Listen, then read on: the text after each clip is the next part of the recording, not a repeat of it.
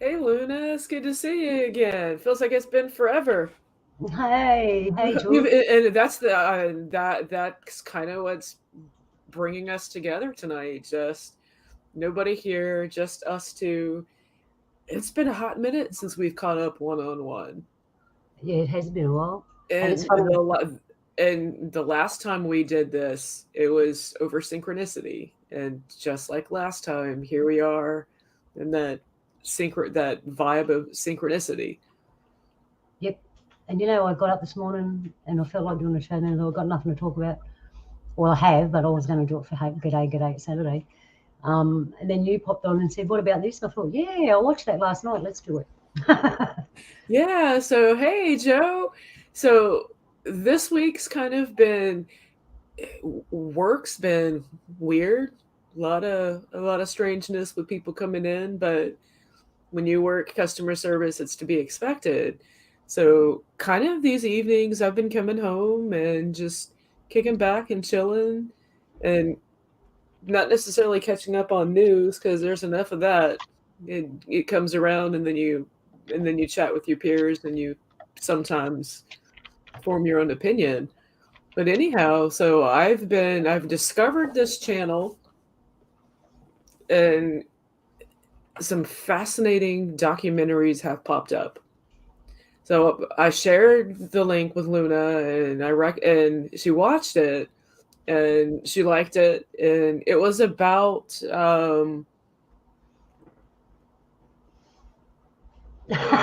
It was no, I'm trying to I can about see the the title. NWO, Yeah, it was like the the NWO. reptilian the Royal Reptilian Bloodline. Yep. That one, and then there was the Reptilian New World Order. They were both good, and so I actually dug kept watching just little this channel I've been watching all week, and the documentaries that he's got on there are like some of them are other documentarians in there hidden in disguise. So there was one of them. There was a good documentary of Jim Mars that this guy had on his channel, and it was the information. I can see why a lot of people had high praise and respect for Jim Mars because I learned a lot of things. Um, and then last night, and this is where, but we were just yarning before we jumped on. Hey, Donnie. Hey, Connie. Hey, Joe. Yeah, I've been doing that. You've been talking about. Before we hey Donnie, if you want to hop on, I'm getting ready to talk about something that we both have in common. I'll drop a link. Yeah, I'll drop a link. awesome, thank you. I'll So drop a link for you. yeah, I was just getting ready to tell Luna about this UFO cover up video that I started watching last night, and it's the same guy, the same channel. I've talked with other people that I know who have more knowledge of this stuff than I do, and they're pretty close to saying that it's on the heels of truth. So this guy's got some good information, and the UFO stuff. I watched a documentary about the alien autopsy and how the guy said it was a hoax. It was a hoax to an extent, but it's a real fascinating true story of how it actually really is the alien autopsy. And just the government always puts it out there and it's there. Um, but yeah, 1973, who knew that 1973 was one of the biggest years for UFO activity in the southeast corridor of the United States? And Donnie, this is where it ties to you because that year was also the year that oh, what's his name? The guy who wrote God Drives a UFO. Ah, yes, I remember that one. Yeah. Unfortunately, Donnie's got sorry business and he can't join us. He has to go to a funeral. Oh, Donnie, I'm sorry. Condolences. Yeah. And you can watch it later, bro. It was a spur of the moment thing anyway. You say the bloodline, I always wondered about that. And there's so many areas we can go into with visitors, the bloodline. But the video was more about the others. Yes. It was more about the others, and then the offspring of the others. And they did a good job of separating the others from all of the Sumerian, Babylonian, all of those pantheons. They kept it as true to one source as they could.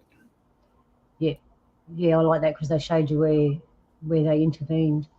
You know, when you talk about how we know they had, what do they call them? Half human, half aliens, if you want to call it that. I'm lost for words today.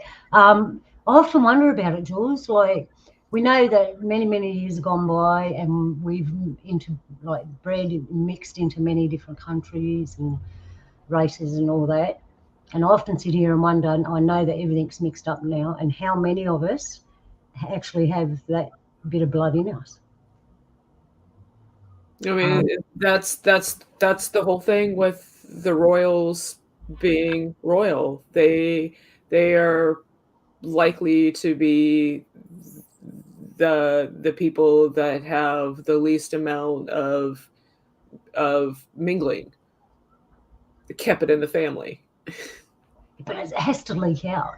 Like, I know that every now and again they have an injection of melanated blood put in there, and they get someone that's a bit brown to get that. They're really reliant on that injection of brown blood. And that's what tells me that's an outside thing, and that's what tells me would have had to leak out. And they're not the only ones. We only look at them. There's others around there that are in their status that we don't hear about. I think that's the right way to say it. Yeah, on their level, you know, and do what they do, but we don't hear about it. And I'm sure there's some out there that live normally like us and under the radar. They'd have to be. There's got to be variables. It can't be that clean and cut. Nothing is. Nothing's ever. There's always a seed that strays into the next paddock. I'll drop the link to the video in Discord. Yes, because the video it kind of literally lays it out where you can see how throughout those royal families, how one of them has maintained that line. Can we play bits of it without getting into trouble? I wonder. Is there any visual? Maybe. It's a popular channel. I'm pretty sure I would get struck. Perhaps. Yeah, you never know what you can get away with these days. But yeah, serpent. Everyone's going tired. the serpent bloodline. And this is what I want to say too, because we've got the serpent, then we've got the dragon. So, like, how much similarities do we have there? What is a dragon? Just a serpent. The dragon is a serpent. That's what and I noticed how, and that show also pointed out how over time things sort of change, but they're the same thing. Yeah, because I mean, I'm no expert, but I'd like to think that serpents weren't always snakes. They were variations, because you have like the average snake, and then you have like the nagas, who are like bigger, and then you have the anaconda, which, if you imagine those swimming fast, I mean, they could look like a dragon on water. Yep. And then you have the bigger dragons. And sometimes the phoenix was also sometimes referenced as a serpent because it had the wings and it rose. Yep. I'm just pulling up pictures of serpents and dragons, and there's some that look like yeah, especially the Asian ones, they more look like a serpent with little legs. They have no wings.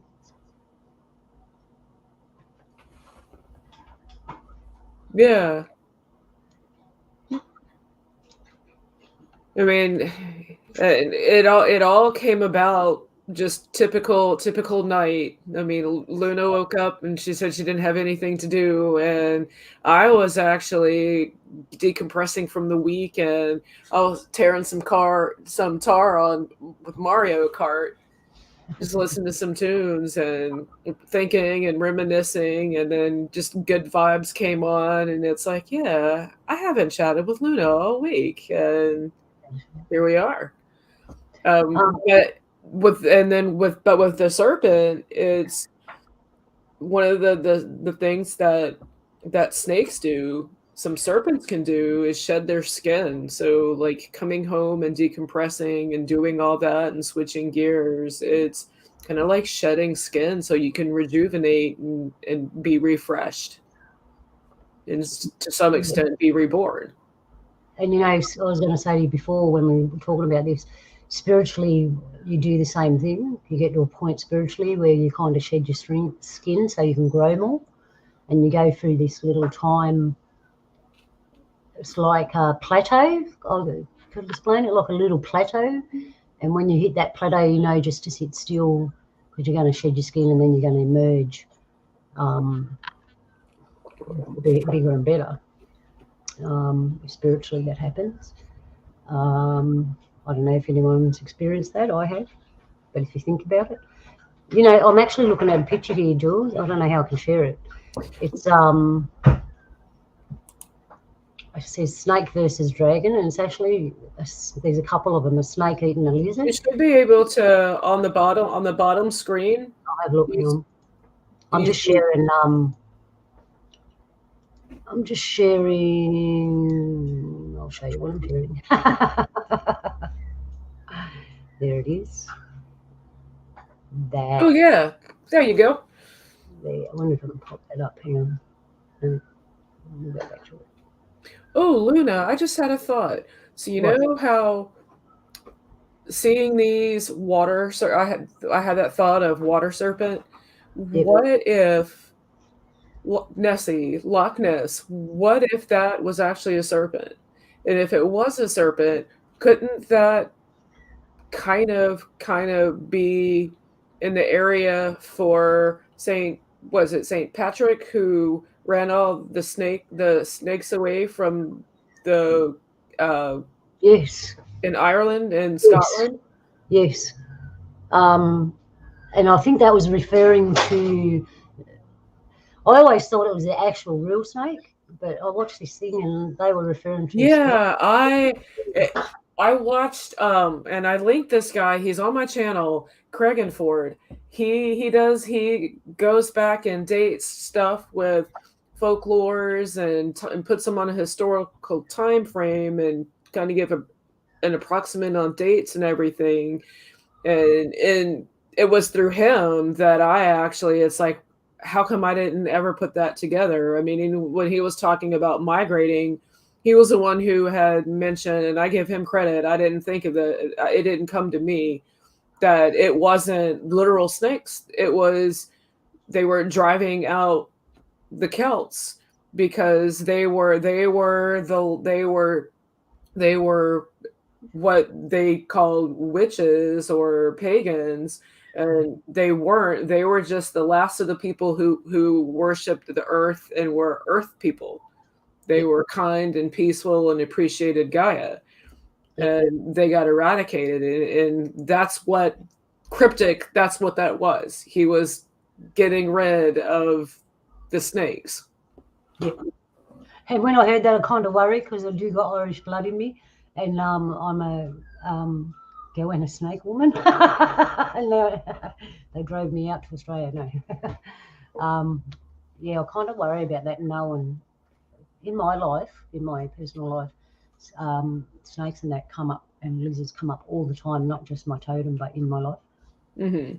Yeah, if you look here, you'll see the snake eating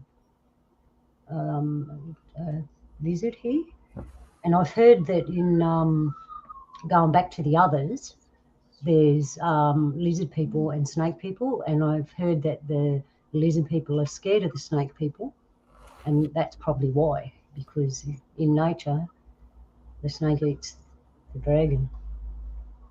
And here's the pictures. Well, they just swallows them up head first, wings and all. So I found that interesting. But I find conflict too. Like I said, I've got Irish in me, and there's a lot of bad things about dragons and serpents, but there's a lot of good things. It makes me wonder, like everything in this day, the things that they say are bad, and are they really that bad, and are they good, and they're trying to trick us away from them? Because the serpent's bonded with wisdom and healing. We use it on our healing symbols. And dragons are in the churches, in the stained glass windows. Well, there's serpent symbol everywhere. Yep. A lot of the older families have it on their family crest. That's right. Yeah. And we've got them everywhere. We've got them in Asia. We've got them here in my country, the rainbow serpent. We've got. And it's either the dragon, or the phoenix. I mean, the eagle and the snake are the two things that have so much symbology that they often intertwine. Yeah, that's a big message. And you know, want to know something funny? Carl's totem is an eagle. My husband's totem is an eagle, not a eagle. Makes for very interesting living. Well, but it's also probably one of the things that keep you guys grounded together, because it's duality. You can't. I mean, typically it's like the and and the or. It's this and that. You can't, night and day. You can't separate them. True. And look, this guy is an underwater one, because we've got to remember the underwater ones, because we even have sea snakes. Yes. So they live in the water, on the land, and in the air. Very adaptable, aren't they? I wonder if that was the best bodies to use when beings first come to this realm. Oh, got a message here. Oh, in that documentary that I'm going to drop the link to, it came. There was an old. It was about how it was. I want to say it was the Hindu deity who basically was the equivalent of the Virgin Mary. That and how and that with that tale on how it really could be possible to have a reptilian child hybrid. And then with hybrids like that, having that knowledge of hybrids, I mean, then it's not too far to go off the beam and think about shape shifting. And how, okay, I mean, another thing that we've speculated, we're just going to dial up the furnace on that one a little. I know the time's coming that you'll be able to see the difference between the two. It's happening already. It's kind of scary because we don't know what we're actually physically going to see, but the time's coming. And it's been here looking at these pictures throughout history. I don't know if they existed. I know giant lizards and snakes existed, but I don't know about the dinosaurs. But but I wasn't there. I don't know. I can't answer that. I take that back. I'm going to take back what I just said, because I have a real true fear of dinosaurs. So they must have existed once. And I've had dreams where I was living in this cave thing, and one of the kids forgot to put the rock in front of the door. Pardon? I'm looking at this picture of that little red dragon on This the one? white background, the one underneath it to the Oh, right. yeah. Yeah, seahorses. Oh, yeah. Don't they have that little that looks like more a seahorse to me. And that's got, I mean, I wonder now, are there sea A dragons? relation. Is there a relation there? And because horses, they're not horses, obviously. But they could be. No, who knows? All things are possible, right? True. Yeah, yeah. Seahorse. Well, we just said that they're in the sea, they're on the land, they're in the air. So Well, I mean, seahorse, the kelpie, they're the water horse. that's right. And now bunyip is supposed to look like a water. Oh, that's a water dog. But I don't know if we got any horses. I love seahorses. I think they're beautiful. So here, see, there you go. Look, people. Oh, look at this one. Here we go.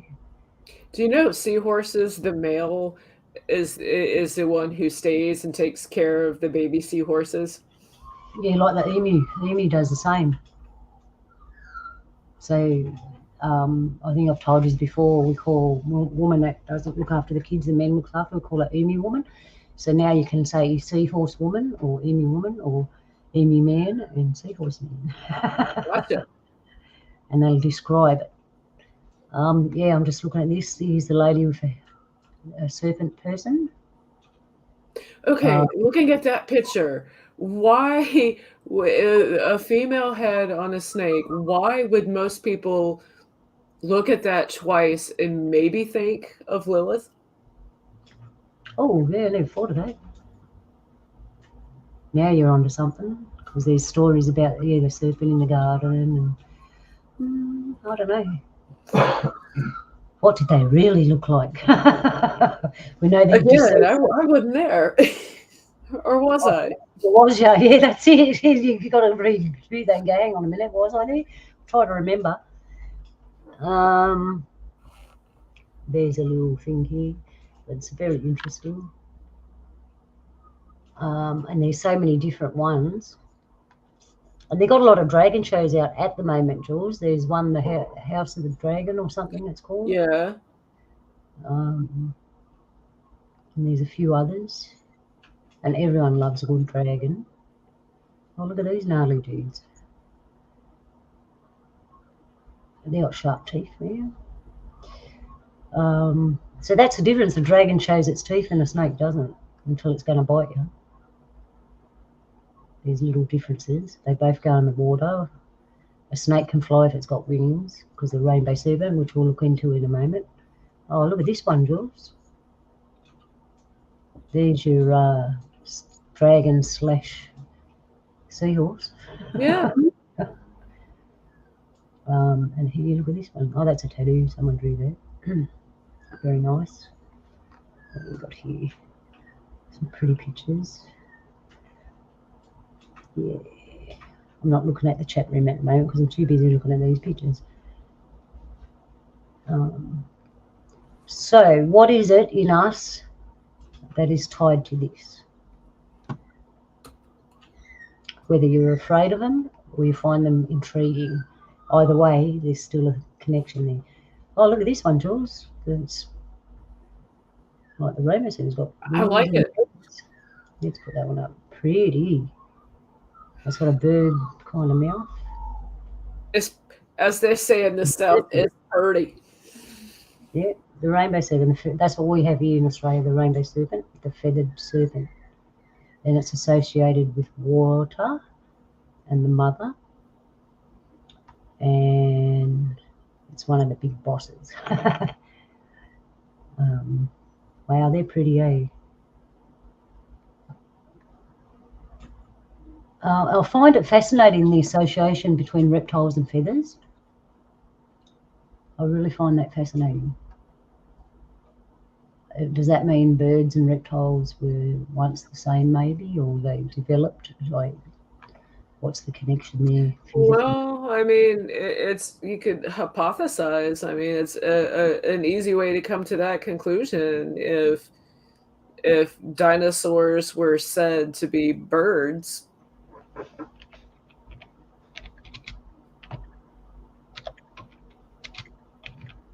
I'm just saying, g'day to Moron. How you going, brother? Long time no see. And anyone, we dropped the link in there if you want to join in and have something to say. You're quite welcome to. All right, let's have a look. Where was I? I'll just sit that for a minute. I was just looking at.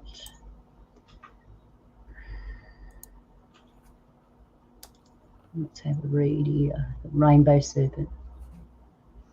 And we paint the rainbow serpent, and we paint it with eggs and everything, so it's really part of our culture. I'll just read you a little bit. Cool. All right, I'll read it fast. These are just a little thing here. I don't know what mob's it from. Yeah, and you've got to realise about our people, the stories are a little bit different every mob that you go to as you go to different places in Australia. So the rainbow serpent.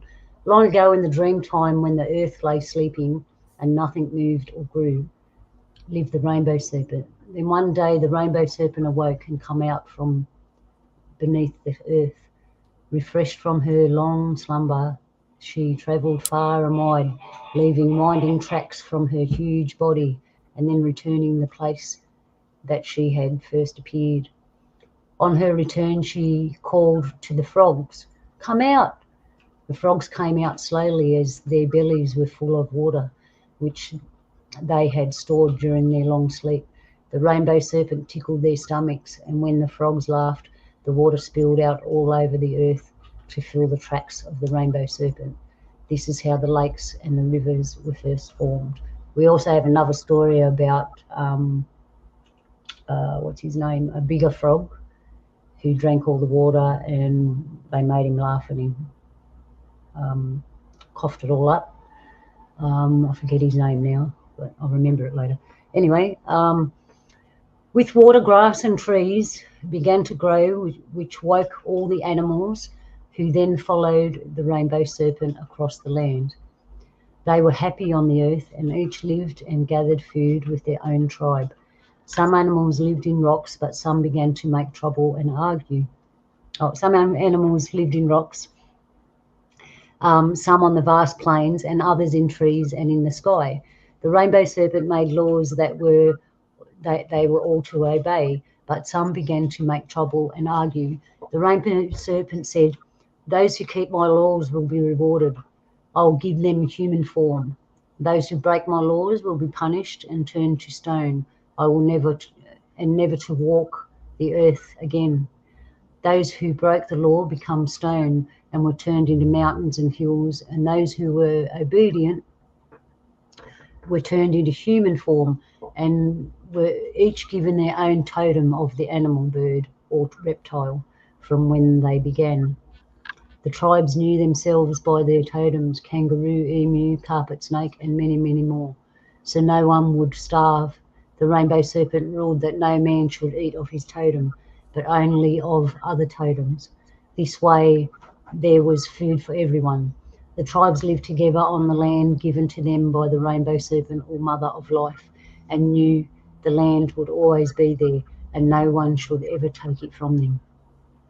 Thank you. There you go. Is there a name to that article? Because I've heard bits and pieces of that, but I haven't heard it all put together like that. Oh, all right. It's just called the rainbow serpent. Hang on, I should have shared that with you. It's all good. That's easy enough, something I can remember. Yeah, but what I find interesting about that story, as it said, it turned them into stone. How many things do we find on the planet turned to stone? Animals that look like eagles and snakes and all sorts of things. True. But that tells you we were onto it way back then. We knew about this stuff way back then. And as you heard, we're not allowed to eat our own totems, so I can't eat a goanna or a snake. I because I'm Well, going. there's no way. There's no way I'd ever want to eat. I'd ever want to eat a groundhog or a turtle. Or You got a point there. um, so, and my brother Donny, he's a possum man, so he can eat goanna and snake, but I can't. And unfortunately, it's one of our main. It's like a main meal, so I miss out on one of the top menus. Never mind. All right, what else have we got for you? So that's basically the rainbow serpent. There's lots of stories. And they're all basically the same, but it depends where you come from. yeah, it's lately. It's the serpent and the eagle, the symbolism, and how it all. And the Anunnaki, the Sumerian, the Babylonians, and this documentary, and this article, and this book, and that's basically been what I've been doing for the past few weeks. Just Checking that out. a little bit of everything, but a whole lot of nothing at the same time. And in between, just whatever. What we're looking for is confirmations. I think we've all got it written in us, and when we search out these things, we're ticking the boxes inside ourselves and confirming it. Oh yeah, I know that rings a bell. I know that. I actually had a earlier tonight. I had that thought.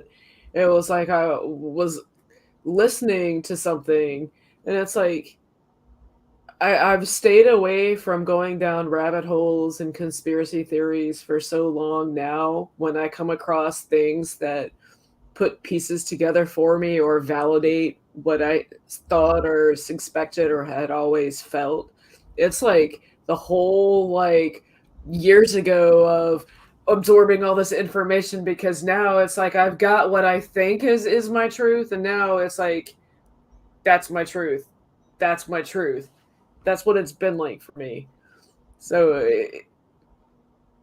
it hasn't been tedious or anything. It's just normal things. Always be flexible too, because I found some things I thought were one way, and I grew up and found they were another way. I just readjusted to the newer truth, because the one I had wasn't obviously the whole truth. So I'm adjusted to the whole truth, and that's okay. There's some real dinosaurs. These are the real dinosaurs left over. The real dragons left over. Yeah, the Komodo dragon. They got a poisonous bite. Yeah, they're poisonous bite.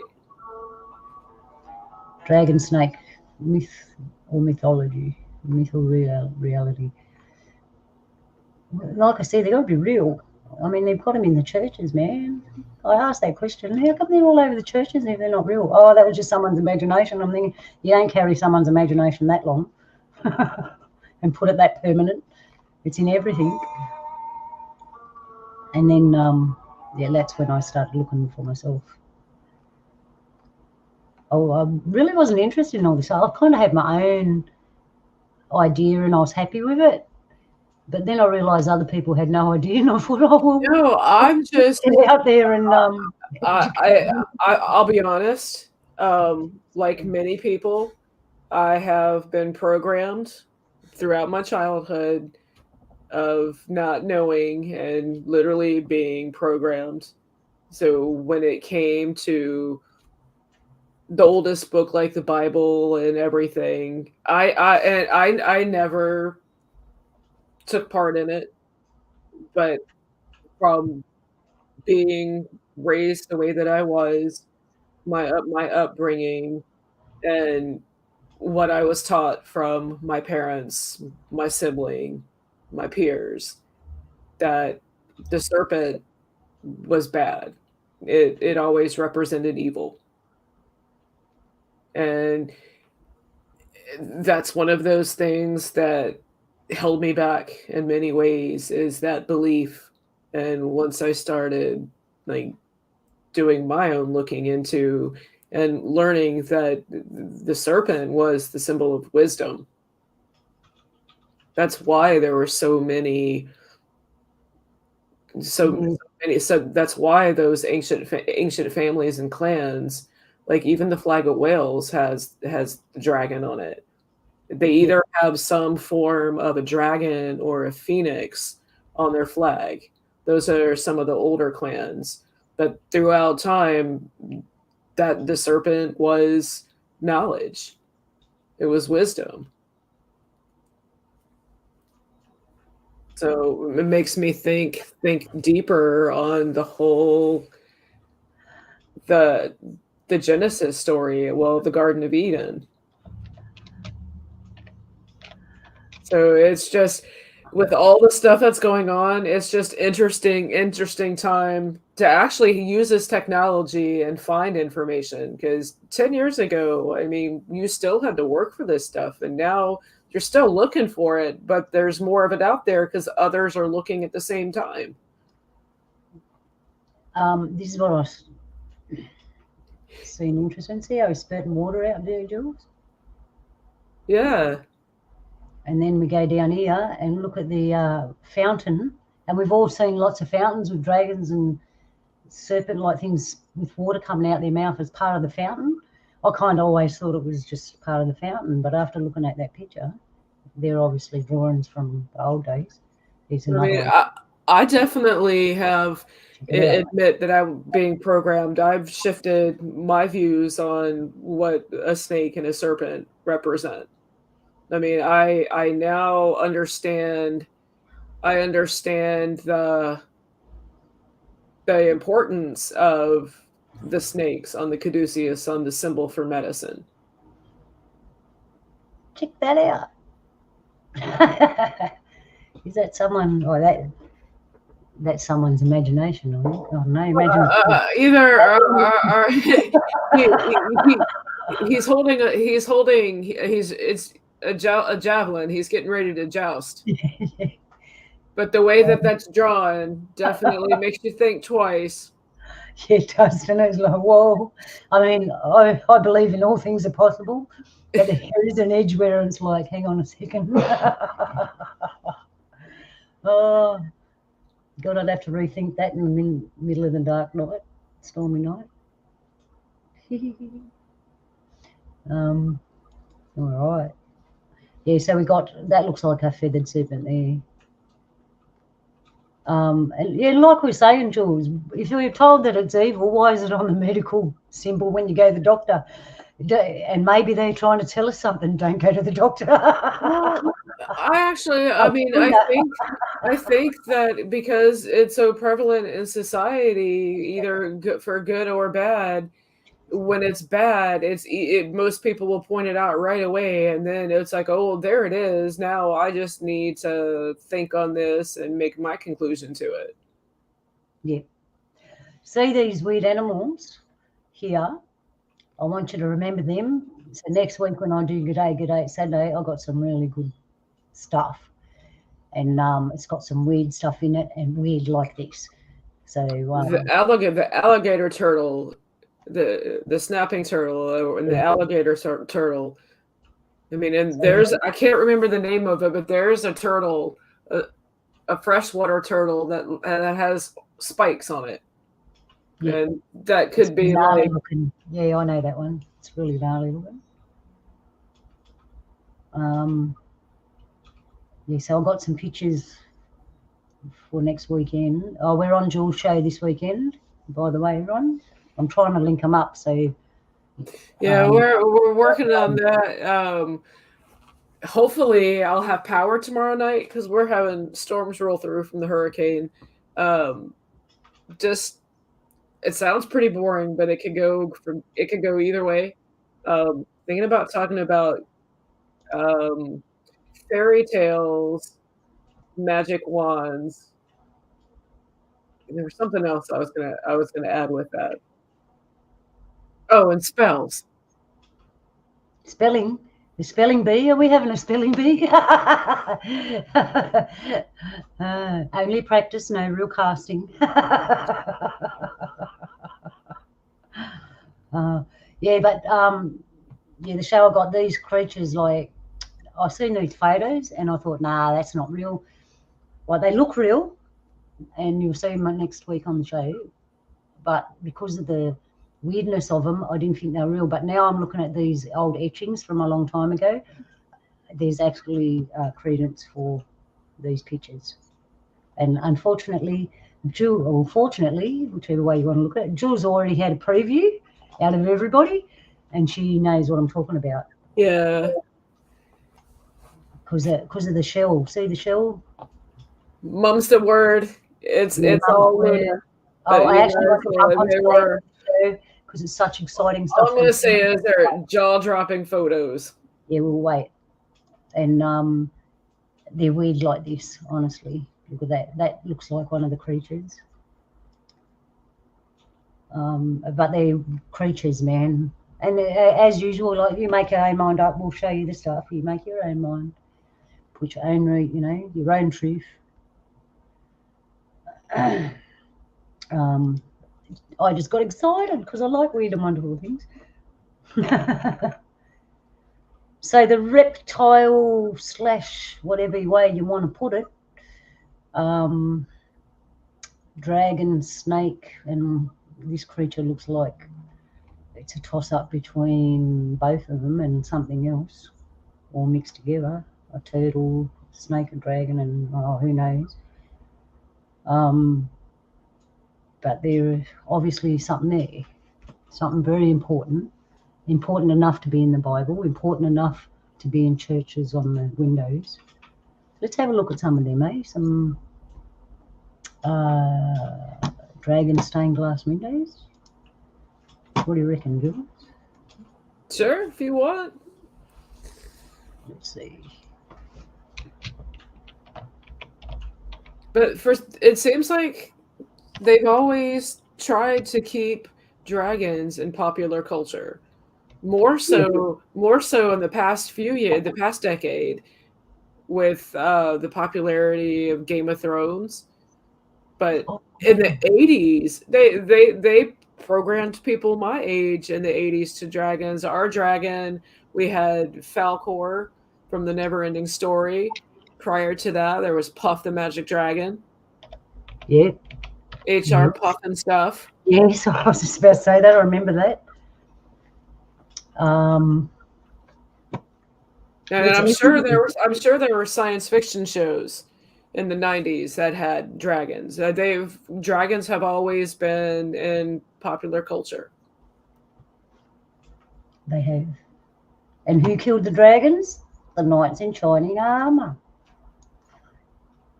And why they were killing the dragons, we showed you on the previous show, they weren't just killing dragons. Here we go, look. We've got this nice picture. Let me click the button. And I'll share the screen. This is historical stained glass windows. And here we have, you can just see there, standing on the serpent head. Wow. I've always liked stained glass windows. Yeah, I do too. I love them. I do, whether they make a picture or not, I don't care, as long as the light comes through the colour. Oh, I know. It was so interesting. On the monastic farm, when they went and they actually made stained glass, they cut it, chipped it, and everything. That was an interesting episode. Yeah, there's a better picture. It was. I've got a friend that does this.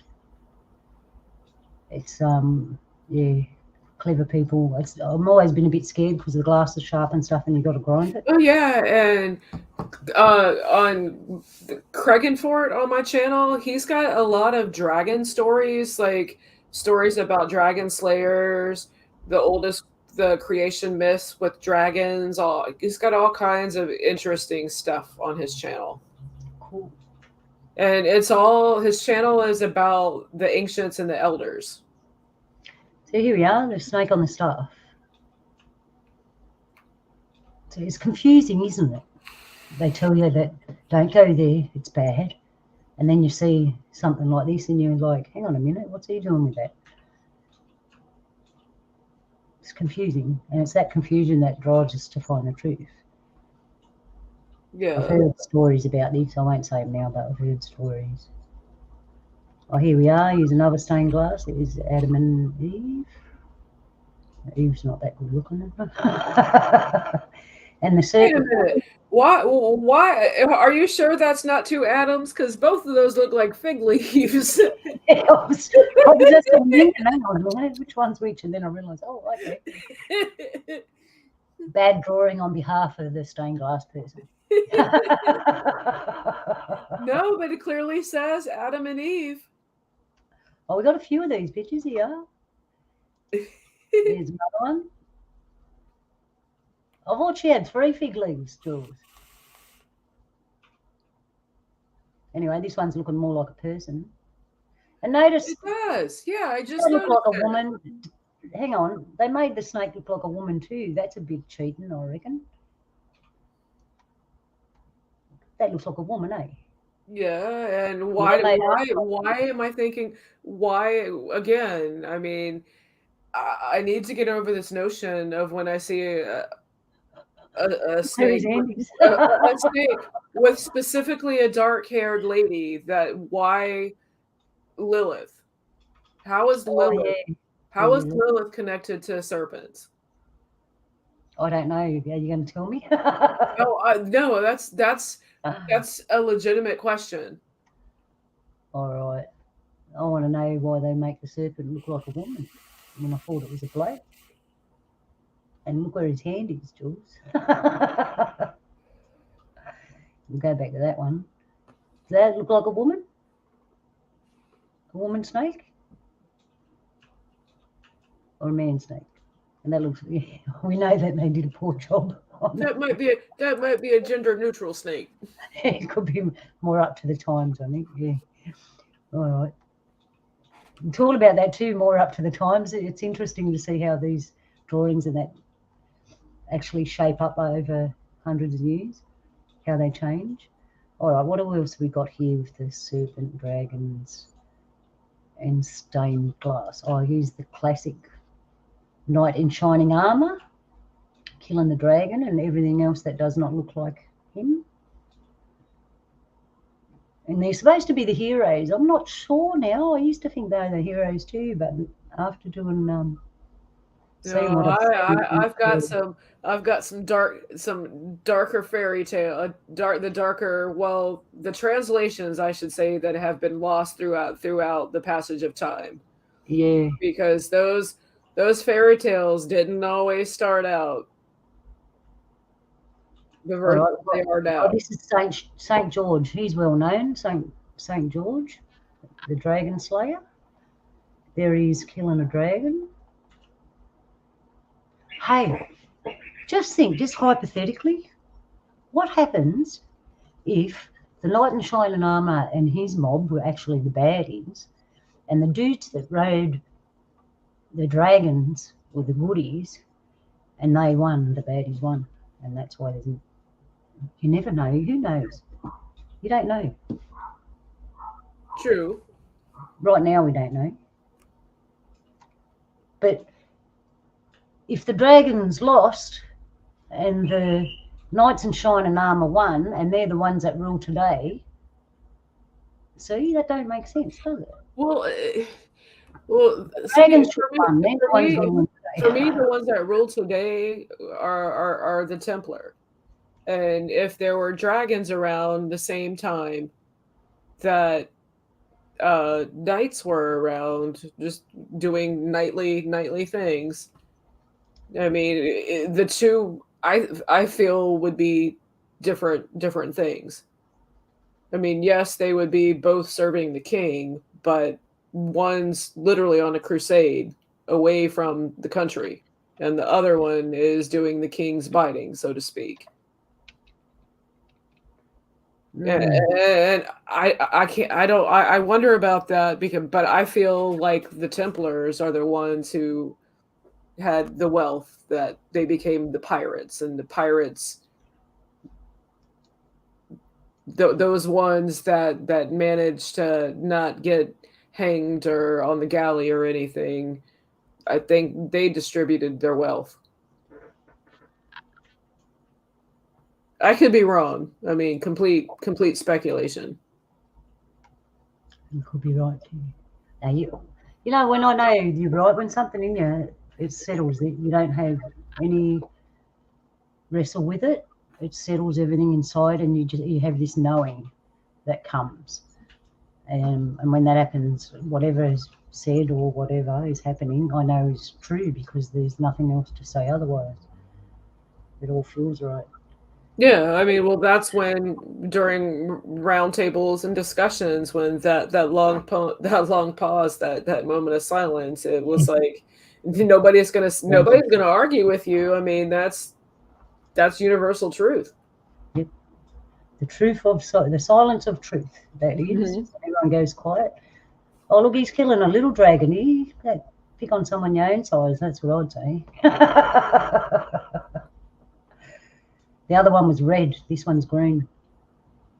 See, they're different dragons. Mhm.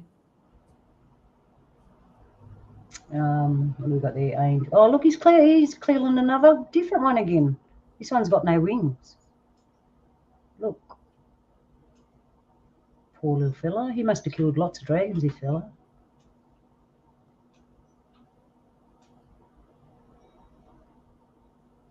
So there's 3 different dragons he killed there. What's this one? Oh, and here's a white one. Look. That's different looking. Yeah. He's got, that looks like a human. Look, he's part snake, 2 arms, and then he's got a funny animal head. But he's got 2 arms. That's what I mean. He didn't just kill dragon, killed anything that didn't look like him. And I know that we're on the menu, like when it comes to sharks and stuff like that, we're on the menu. When those things are around, we're probably on the menu. But aren't we supposed to live with nature, not destroy it? Well, right now, feels like we're living in a hamster cage that needs to be cleaned desperately.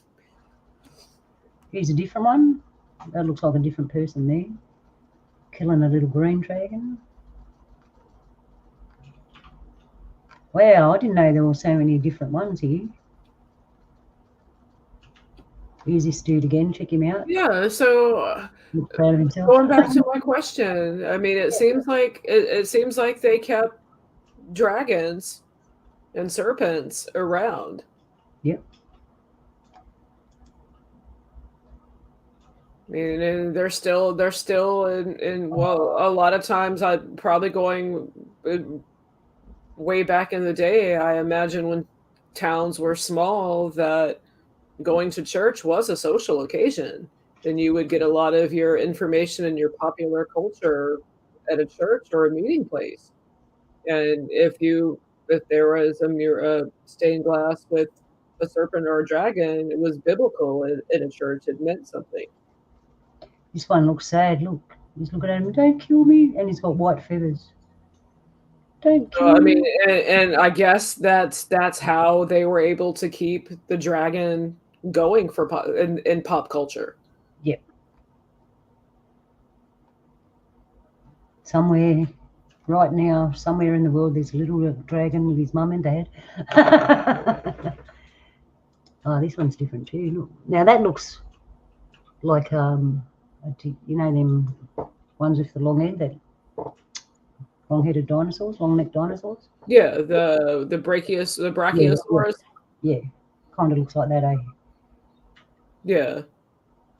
I should know the names of them. My little brother. Except I don't know. I mean, I've never seen pictures of their teeth, but the brachiosaurus, as far as I know, they were just veggie eaters. Mm-hmm. Yep. Maybe they wouldn't have cared, I think, whether they were veggie eaters or not.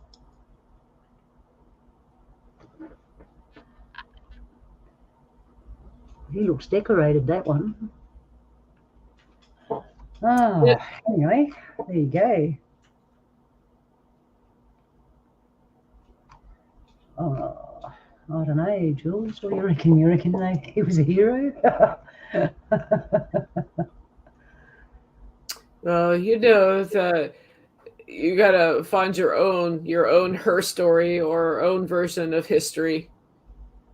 Yeah. Because a lot of it is, the older I get, the more I realize it's definitely not what I was led to believe.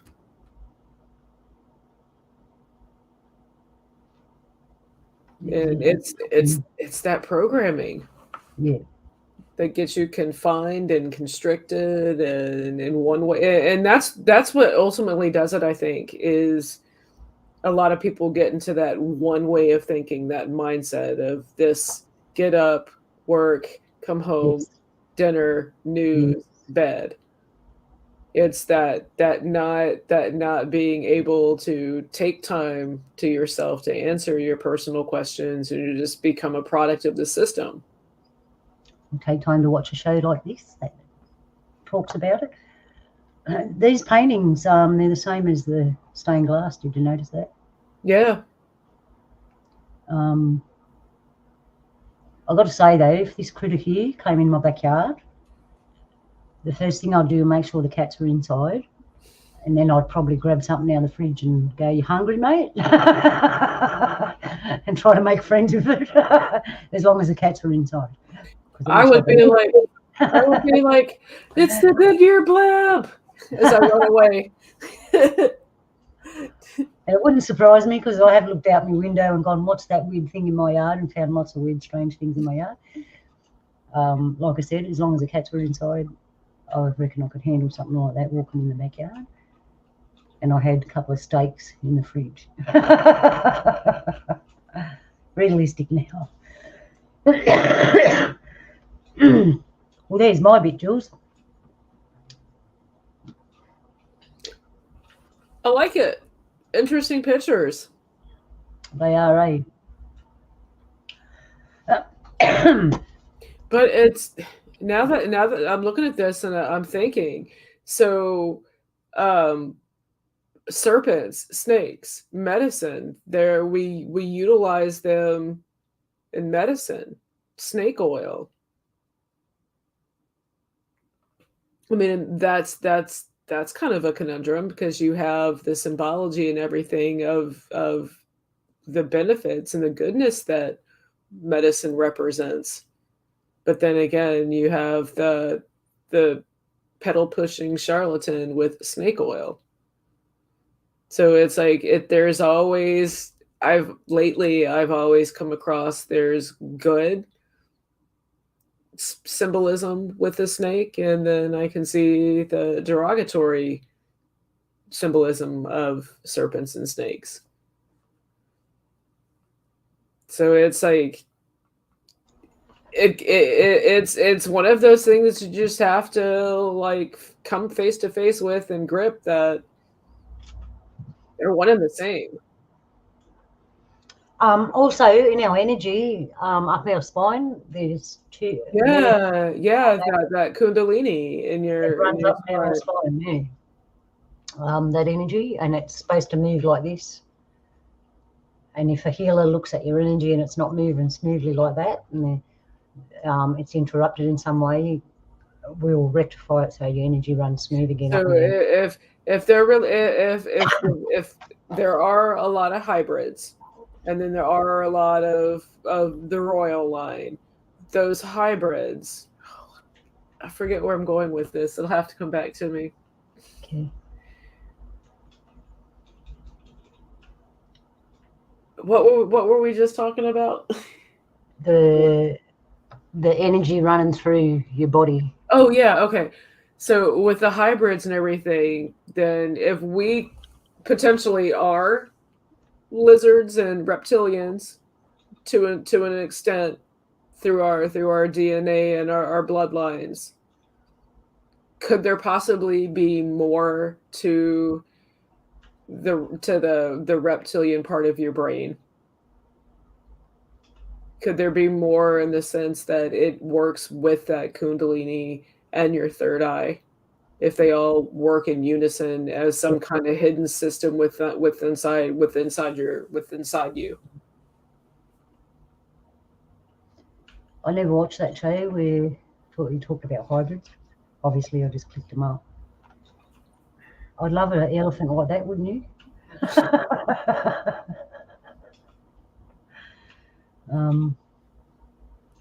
Yeah, we all got that in. If it's all running well, yeah, it won't. No, I have to say I definitely like the unicorn.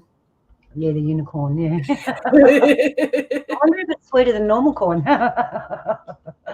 What about the kiwi bird? Oh, you can't. Can you see the kiwi bird? Yeah, that's a cool one. She's beautiful.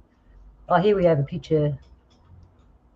You know, when I see these pictures, Jules, I know that you know how they tell you the story of the fallen angels and that, and how they were mucking around. One lot of beings were mucking around with hybridization and that, which Yeah. we're doing again, right? Because I don't know if anybody out there has seen hybrids that have been washing up on the ocean, like on the beach, and they find weird animals in the bush and stuff like that. Someone's been playing around, slicing and splicing again, like they did in the old days here. Well, And the nights. we have a When lot of places that's taking place in. Yeah. But this picture here makes me wonder, because I think you heard the story I told you about the rainbow serpent and how the animals, we were animals and then to human. And the animals could talk, right? Before we were humans, we could talk. And I'm wondering whether it was something like this, you know?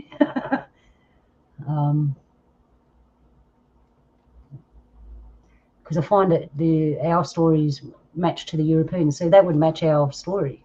These would match our stories. These weird creatures match our stories.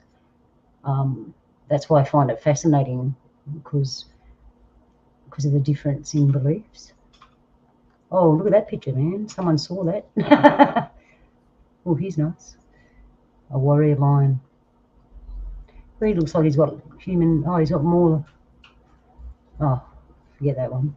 Oh, my goodness. Now, this looks like someone was mucking around, eh? Yeah.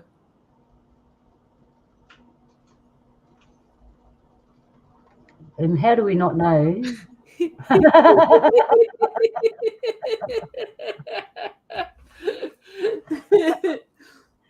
Okay.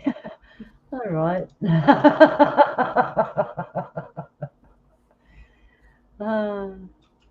And how do we know that the animals we have today aren't from all this mixture?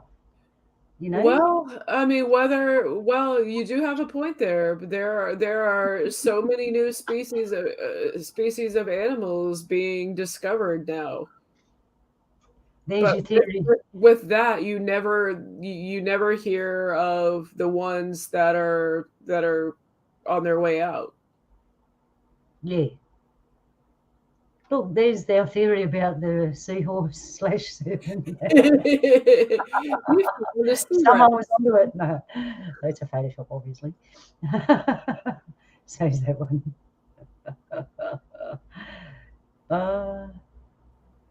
It makes you wonder, though, especially when you see these pictures that I've got for you. They're weird creatures now. It makes you wonder. All right. So all we have left is who's who in the world that looks like people that aren't really people.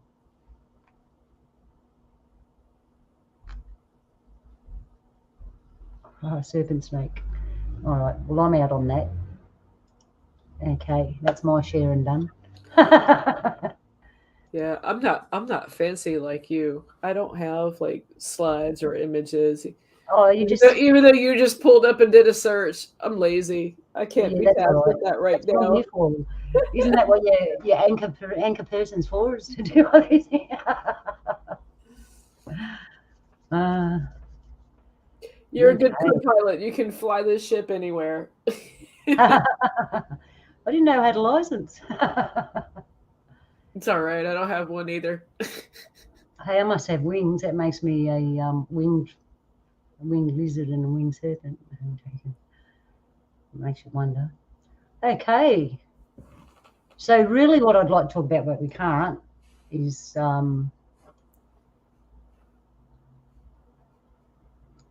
NWO, no way. What did I have for it? No. Yeah. It's a And, natural white omelet. a natural white omelette, yeah. Oops, what have I done?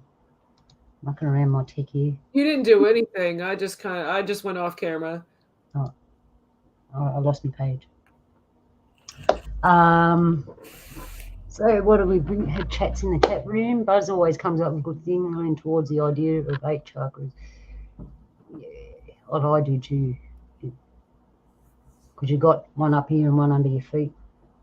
Buzz, chakras, energy things that are connected to that snaky thing, like I said, because it's in us. Our DNA strands are that shape as well, like 2 snakes intertwined. And I often think, I'm not much of a scientist, but I know that things coupled like that. And I wonder if half the stories we have are actually scientific things, and then they've just turned into a tale or a folklore or something. But there's validity for both. There's validity for scientific reasoning, and there's validity for these actual animals to exist. So, and like I said, they should be living together. There's too much evidence, as you just saw.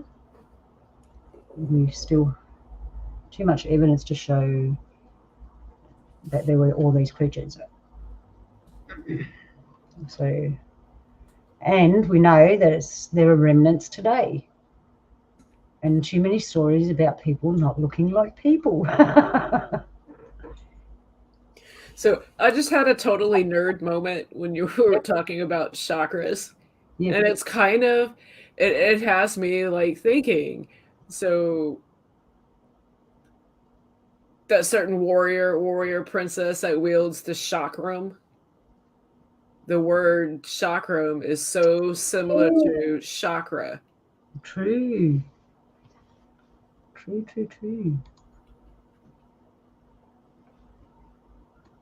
Maybe the chakram was kind of like a metaphor for your chakras. Once they're aligned and combined, I mean, that's you, or you can wield yourself as a weapon. You can. I believe that totally. Jules, from experience in my life. And I used to do martial arts when I was young, but what I learned beyond the physical capacity was that your energy actually comes so far out of your body. And I'm not proud of this, but I was sparring with a girl one day, and when we spar, we stay that far apart from each other, so it's non-contact. Okay, non-contact. We were sparring, and the movement that we were doing, my elbow would come down on her foot. So say that's her foot, because she did a kick, and my elbow came down, but it stopped there because it was non-contact. And all of a sudden I heard, and I went, oh my God, I just broke your foot. I said, didn't you hear all them bones cracking? And she goes, you didn't touch me. And she's walking around like nothing's happening, and I'm freaking out, going, yes, I did. We need to go to the hospital. She's going, you didn't touch me. Look, there's nothing wrong. I went, rightio. Anyway, we finished up for the day. Next day she comes in with a big cast on a leg and a pair of clothes. And she said, you were right. My foot's broken in all these different places. And I never touched her. And I knew that day that your energy comes outside your body, and you are a weapon. And maybe that's why they've tried to dumb us down, Jules. They don't want us to know how powerful. Well, actually, I say that to people. Being left to our natural resources, we're amazing, powerful beings. And I think they know that, and that's why they give us. I mean, they don't want us to know our potential. Nope. No, they don't. And why would they? But if someone, because they would lose control.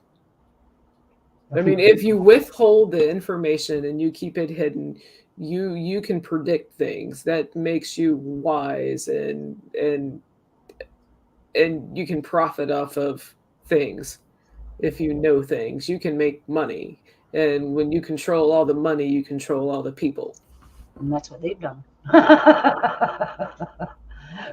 Why would they want anyone else? And that's what you do. You want to look out for competition. But you are powerful beings. And you just got to tap into the right stuff. You've got to reconnect with Creator, reconnect with nature, the mother, reconnect with your own spirit. And we've been taught to live certain ways. And if we don't live right because of it, and then change the way you live. Do things different. We don't have to do it their way. I try not to. I don't. Since I've shifted, it's doing things my way and not thinking like everybody else. Just being independent and being my own, being free. Yeah. I can't complain about life right now. I know it's horrible out there. I know what's going on, but it doesn't stop me from taking time, and that's what what I like about gaming and shifting, the shedding and rejuvenating from work into time off from work. Those moments in between where I'm doing whatever, whether I'm listening to something or watching something, it's those moments where relaxing, and it's like that's when the vibes flow, and it's like, I'm content and I'm happy to be here, and I want to celebrate and I want to chat with people, and that's why this was like perfect, just synchronicity that we had to just spend time together, because it's with the chaos and the way things are going out there. I appreciate the people that I know and I chat with that are in my life. I mean, it's crazy. I mean, it's just being one with yourself and shining your light out so others can find you. Mm. And if that's all I'm supposed to do is just be a geriatric teenager, then I'll be a geriatric teenager when the time comes. Sign me up.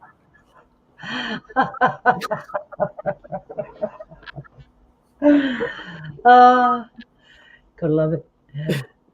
But basically, yeah, you're supposed to do what you're meant to be doing in your little stay in your lane, I call it. Like, stay in your lane, do your job, what you're supposed to do.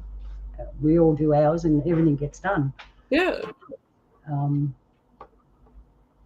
Yeah, regardless of the NWO and the bloodline and all that, like, they're not in your living room right now unless they've got a camera and a speaker spying on you,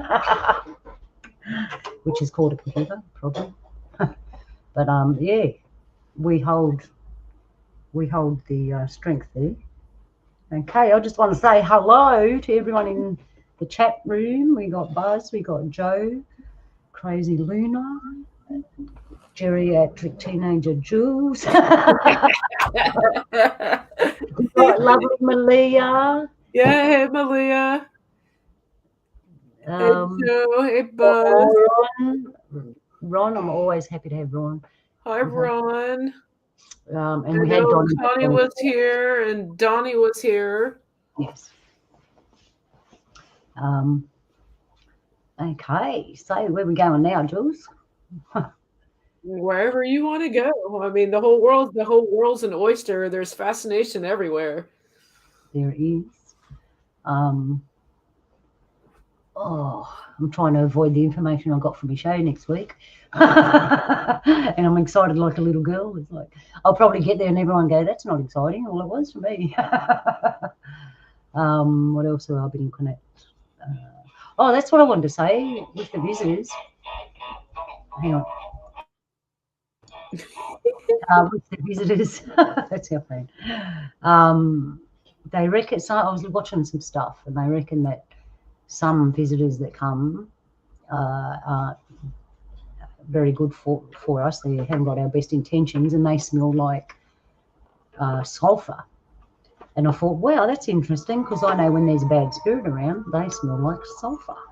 And I'm wondering how much they mimic themselves as a bad spirit, or are they the bad spirits?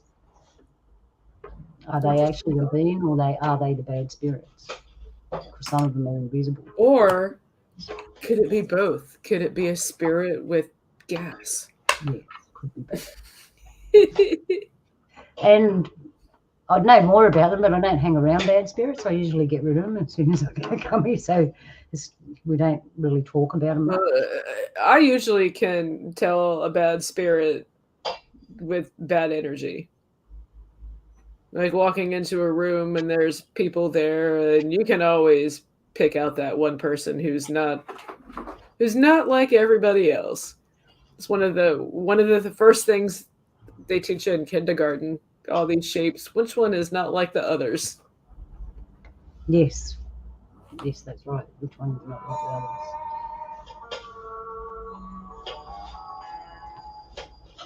Hear that? I do, but I like I no, I like it. It has this nice Indian. I like it. It's because it's the day it is here. It's a busy here. It's a busy. All right, serpents. I wasn't even prepared for you. It was a little bit more. No, I mean literally, this was like one of those moments where it was just pure synchronicity. You were like, "What are you doing?" And I'm like, "Nothing." And literally, I was just unwinding, and we were just that wavelength that we're on. That we're all on, or we're all on that same kind of frequency, or because we always seem to keep finding each other, and it's awesome. It is. Oh, and I can see here that Malia's been busy. Busy as a beaver, and she had a fire. I had a fire going too the other night out the back. I rang Donnie out the back sitting in the fire. It was very nice. And then I got told not to burn all the wood because we might need it later. No point, yeah, you got a point there. So I let it burn out, but it was nice while it was going. Yeah, fires are really good. That changes the energy. We used to have a fireplace in our house, and the energy, it just changed the whole energy of the house just having that fire going, and we'd all just sit there like it was a TV and just look at the flames. And some of us would fall asleep, obviously.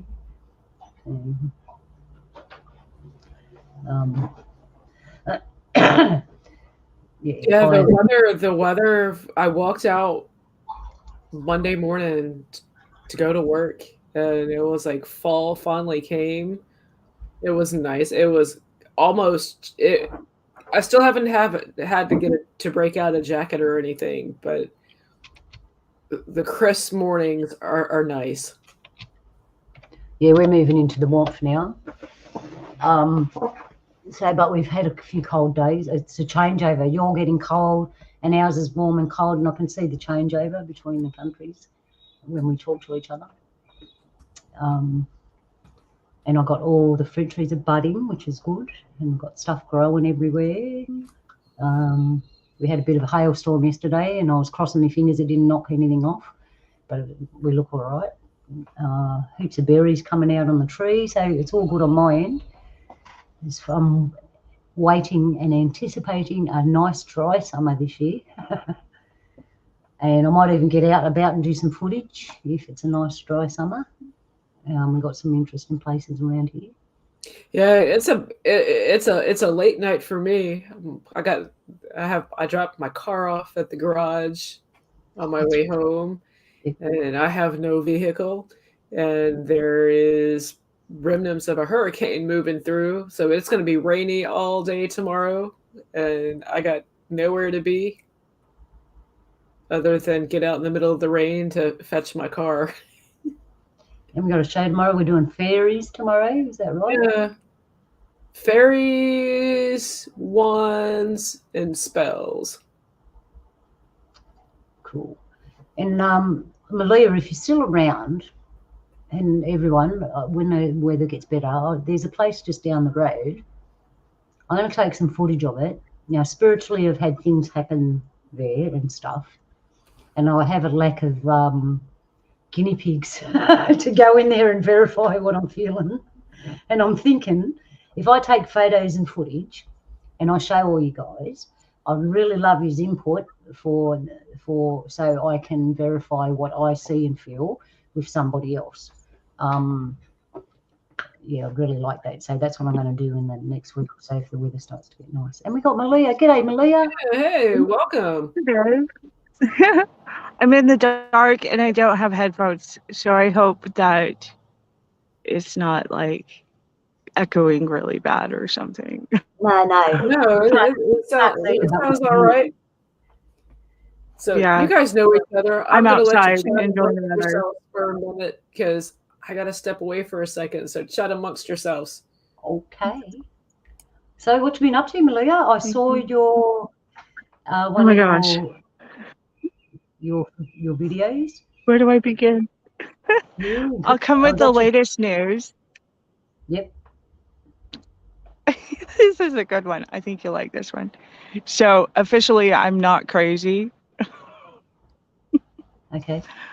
I'm officially passed a psychological evaluation by the government. So officially, I'm not crazy. Okay. Yeah. So I thought I would have a drink to that.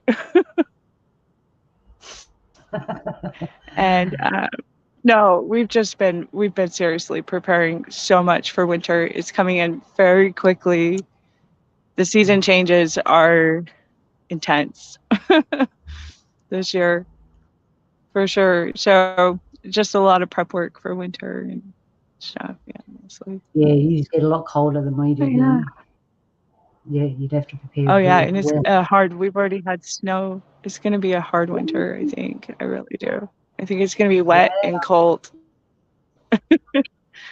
But it always is every year, so that's not like saying that much, right? Well, I don't envy. It's wet and cold, that's guaranteed. Yep. So I saw. And I've been painting things, rocks and stuff. Oh yeah, I've been painting too. Cool.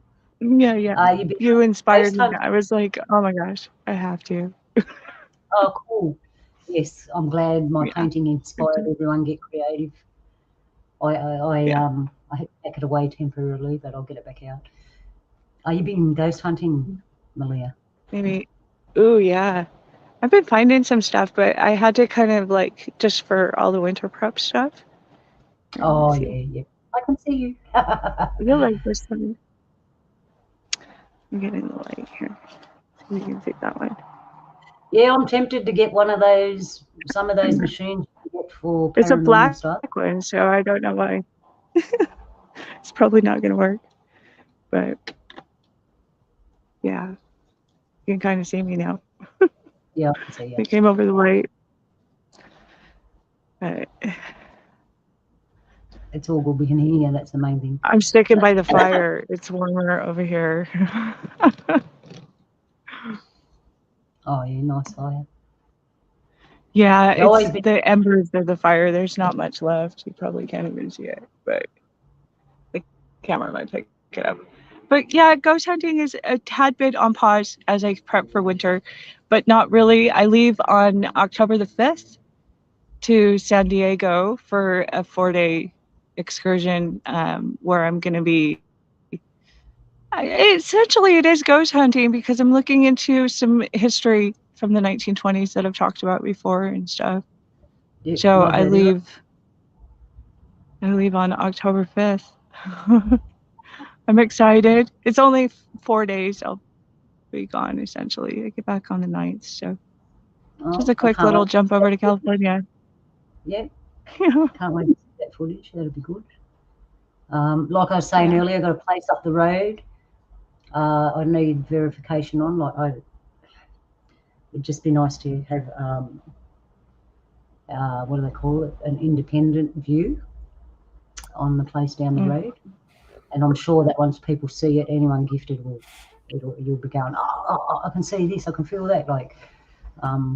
Because it can be done through this technology. You can still see spirits and stuff through this technology. It totally can. Yeah, that's why I tell people to put light around your computer because it's like a window. Things can go in both ways. Sorry, I had to step away and get some more coffee. You're right. So I got some coffee yesterday, and I don't do sugar, but I've been craving sweet stuff. So I usually get flavored coffee, and it satisfies my sweet tooth. And this is banana nut bread coffee. Oh, sounds beautiful. And it's not a heavy coffee taste. It's perfectly bad. It's actually pretty tasty. But Jules, you're drinking coffee and it's late over there. You won't be going to sleep for a while. Yeah. See, I love it though. I do the same thing. I'll run out at 11 o'clock and grab a coffee. I'll do it. What is time? It's just an illusion. True. That make it go fast or slow. It's up to you. So true. Yeah. So, what do you think about what we were saying about the dragons and snakes, Malia? I'm excited about the topics. Like, there was a place in Scotland I drove through, and I swear I was seeing in the spirit, I could see the dragons. I could see Merlin fighting. I could see these wizards having this huge battle, and that the landscape itself was formed from this battle between dragons and fairies and elementals and all of this, giants. Like there was some, I think geologically there's some major evidence of dragons and Can giants and mystical fairies. What? Can you picture a gnome today about yay big? And I can hear, I saw this figurine. I thought about that. Forest, get off my lawn. Oh, he's huge. I have a huge black cat, pure black with green eyes. He's short hair, and he keeps coming up and just walking up like he owns the place. It's so cute. Peppers is like, no, you don't. Yeah, that's the one that talks to Johnny all the time. He speaks language. Yeah. He gets really noisy so cute. Yeah, he gets very noisy. And he's shy, aren't you, darling? You all right, buddy? Oh. All right, my mate? I'm sitting funny. Who's a handsome boy? He's big, eh? He's huge. I can just barely pick him up. That's all right. I would call that a real cat. Yeah, all my cats are huge. They all end up huge. So cute. So, I'll ask you, Malia, looking at the stained glass and all that, how the knights in the shining armor killed all the dragons and other things that weren't quite dragons, but who do you reckon were the good guys? Well,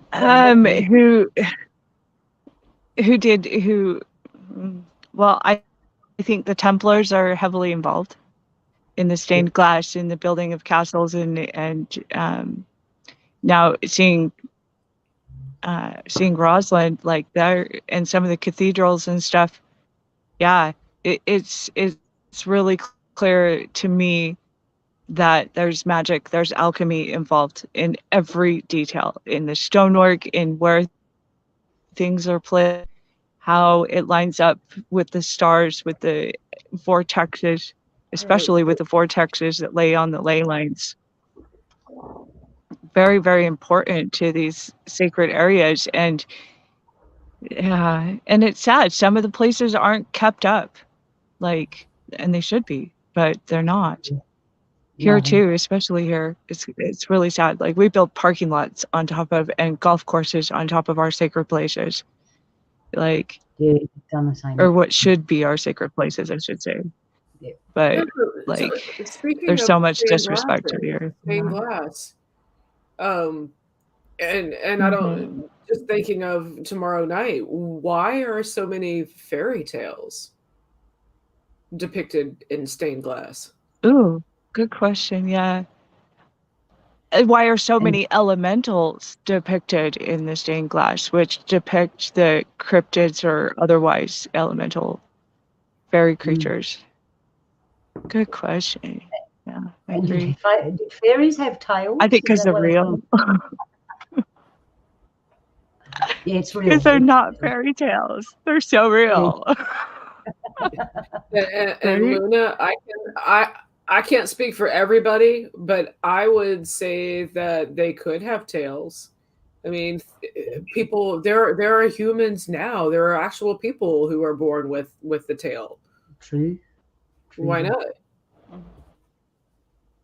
It is very true. Yeah, actually, talking about people being born things, I know mobs from New Zealand and the islands around there. They actually got more than one row of teeth. That comes from the giants. Yeah, I've seen those too. I've met people who have webbed hands still, and their webs come up to here. That comes from another creature. And I was discussing it the other day with Carl. A lot of deformities in that aren't actually deformities, they're throwbacks, like the webbed hands and stuff like that, and the 2 rows of teeth. They're throwbacks from before. I freaked out when I saw the 2 rows of teeth. Well, here's another thought. If we have the reptilian DNA, that would explain the webbing between our fingers and our toes. I mean, again, everything about this past 6 months has just feels like it's been one long think session that has just validated so many things for me. And it shifted the way that There's been a lot of it in the brain time, yeah. I have definitely changed the way that I perceive some things. I think these past 2 weeks have accelerated some stuff for sure. I felt that. Oh, definitely. But for the good, from the good side, yeah. Or for the that which you give out, you shall receive. And it's like in full blown effect, the whole karma thing. I'm seeing it returning. Sometimes a lot more than what it used to, yeah? Yeah. The kangaroo jumped. She hopped away. Right. Probably had to use the loo. I'm just feeding. I'm just feeding the line. If I don't feed the line, he's gonna. Hang on, I'll be back in a second. All right. Do a David Attenborough narration of that. And over here in the jungle, we have feline Maximus. Oh, isn't he beautiful? Look at this as he jumps from the counter to the floor. Look at that majestic ball of fur. You're gonna coax Pappers out. I'm looking for him. I swear he's gonna come walking around the corner. But I mean, there. Oh, I know what I was way back before I derailed, like 3 junctions, 2 towns over.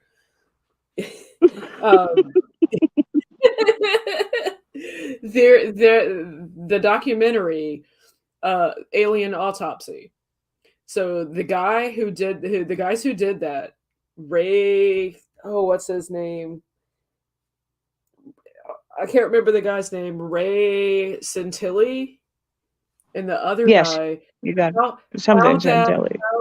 How that became about is Ray Santilli was doing work, and he was looking exclusively for documented interviews of Elvis Presley, literally live performances from 53 or 54. Had to be that time frame. And so these guys were from Britain, and they raised the money, and they kind of did what was kind of like a tour for them.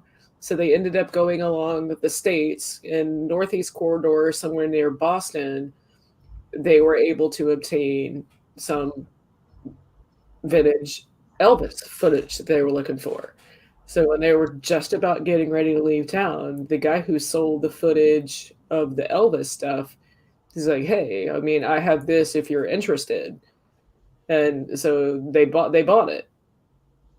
And they went back, and when they were playing the footage was literally destroying as they were doing it. And so Ray Chantilly's friend, he worked in special effects and restoration. So what he was doing is when he was playing the reel, he was digitally enhancing it as the footage was being played. Because when that footage was being played, the quality of the film was almost disintegrating in certain spots because it was just, so it was like a one-time thing. So that's what he did when he played it. When he played it, it edited it and it made it enhanced it.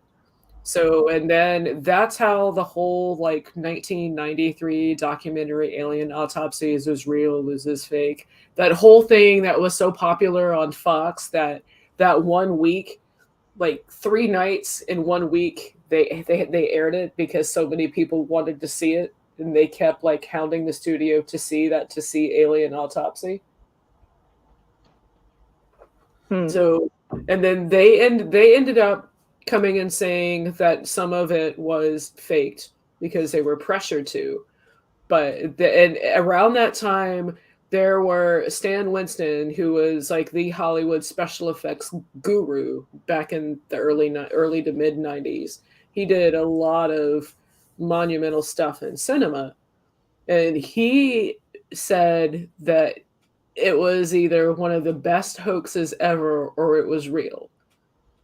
And so there's kind of truth and hoax to it, because it literally, I mean, it was a hoax in the sense that it wasn't an actual alien right there. But it was from the footage of the Roswell crash. It was enhanced. And because it was enhanced to preserve the quality of what was left, it has those splices where it looks like it was completely faked. So they put plain truth out there. Even if it's covered up and it's watered down, there are proven things to Roswell that nobody wants you to know. That's true. Hey, brother, how are you? Hey, how you doing? Hey, Propagate. Hey, what's up? How y'all doing? Hanging in there. How you been? I've been all right. Just came up off of a live stream, so I'm pretty fresh off of there. And I don't know if y'all caught it, but we were talking about psychic abilities. Oh, that would be. No, I'll have to definitely go back and catch that. We've been yarning here for the past hour and a half, almost hour and 40 minutes. Definitely my area, Propagate. I mean, Psychic abilities. Yeah, we were talking Luna. about we were talking about serpents and dragons. Yeah. He reckons fairies and kitties, magicians and Merlin, and some.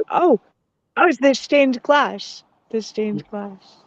How it's in having history. fairies and mythical creatures and elementals. Yeah, sorry. And I believe that I read out a bit of my culture, the rainbow serpent, how the rainbow serpent made the land, and we're all animals. In my culture, it says we're all animals, and then those who didn't break the law turn into humans, and those that broke the law stayed in animals, and that's how we got all our totems. Also, the animals could talk. Now, for us to hear the animals talk, we have to use our psychic abilities. No, you don't. See? I heard that. I heard that. You want to say something, darling? Oh, she said no. Yeah, oh my no. gosh. I know you can talk, darling. And we love you very much. He always puts his input in. When I'm talking to Donnie, he speaks so much, it's not funny. I have to put him outside because I can't talk to Donnie myself. So believe it. Yeah. Hey, they say I'll drop you a link if you want to join us. Yes, come on. So, Propagate, tell me more about your show. Was it on your channel? Yes. So I had to put my shades on real quick because see, Buzzachino's in the chat right now. So if you go to my stream called Psychic Abilities, you'll hear Buzzachino on the intro. That's him talking on the intro. Cool. Awesome, definitely. Yeah, I love Buzz. It's no secret. Yeah, we love you, Buzz. We love you all. Yeah. He loves you. See? So, I know how to what do you call it when you're understanding the different language? I know how to translate what the cat is saying. The cat wants her rent money. So that's what it sounds like she's saying. She wants her rent money. boy, he's lying. He's a boy. Yeah. He's like, you got that wrong. It's Saturday night. It's Friday night. I got to say, you're really privileged to hear him talk. It's more like it, yeah. Me and Carl have tried to get Wait, is him it Friday online. already? Wait, Jules, tape don't him you get me started already. I want to talk about Don't- psychic abilities. Get me a day. We're going to be on Saturday before we even get to Friday. Hey, Roxy, do you have something that you would like to say?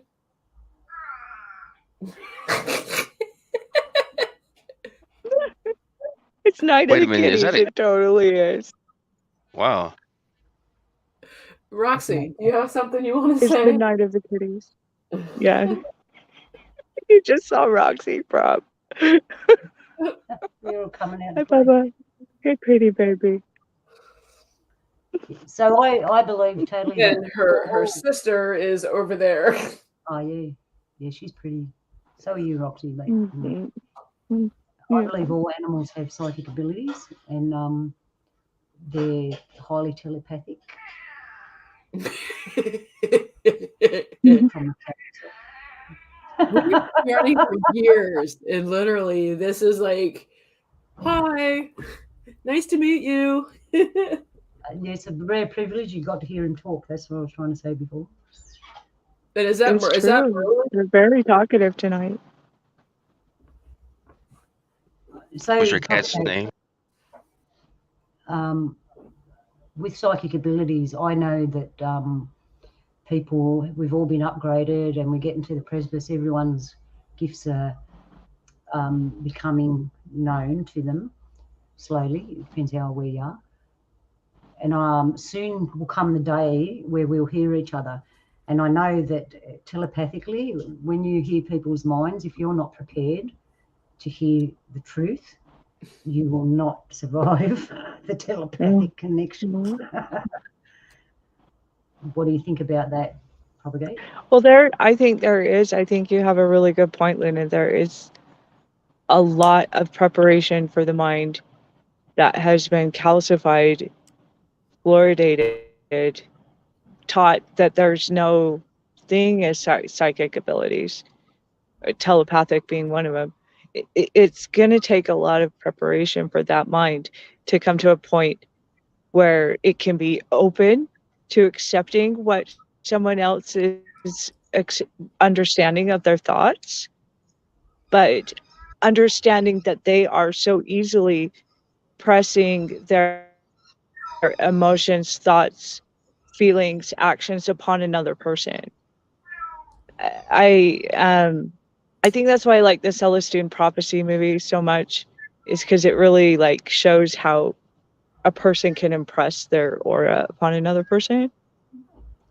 And if you're not properly prepared, mentally prepared for that telepathic communication, it can be really dangerous too. It's one of the reasons why I like the movie Avatar, and I went and saw the remake because it shows a lot of the communication to the earth and how our hair is that connection, that link to the earth, to the trees, and the trees are the connection, vibration to everything that has frequency, noise, sound, birds, air, everything. And all that linked together, when we understand telepathic communication, I think it like you have to already be communicating with Mother Earth to be able to enter somebody else's thoughts or accept their thoughts on you. So yeah, great point, Lynn. It's a really, really important for us to have preparation before we can really come. But that's the great thing about the spirit too, is like as you open yourself more to hearing and accepting the spirit and its communication, the spirit will lead and guide you into the communication of what comes to a graduated skill level of telepathic communication. Cool. And hey, Naysay, good to have you. How are you doing, Naysay? Hi, Kev. He's muted, but we'll figure it out. I'm not a professional. Yeah, right. I'm not muted. I've just been sending everything telepathically and hoping you guys were catching it. Trigger alert. Hi.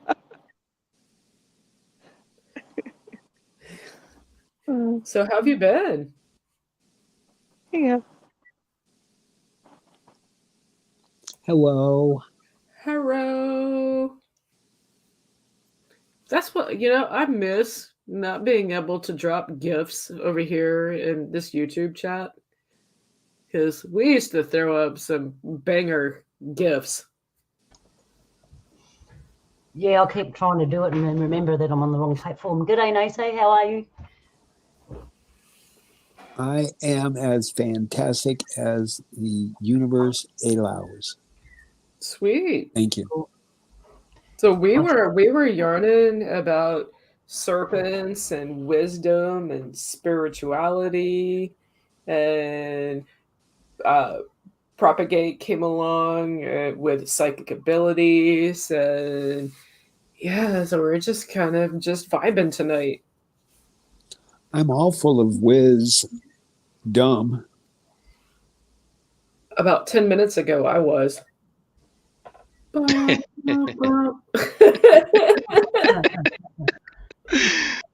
wow. Okay. All right.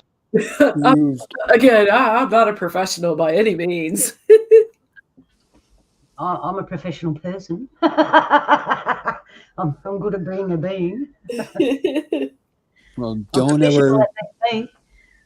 May I humbly suggest you do not classify yourself as a person in the court of law. True, I know that's that straw thing that lives outside and it has my name on it in capital letters. It's a scarecrow. Yeah, it's going to take me a hard time to get used to referring to myself as a citizen. Oh, I'm not a citizen.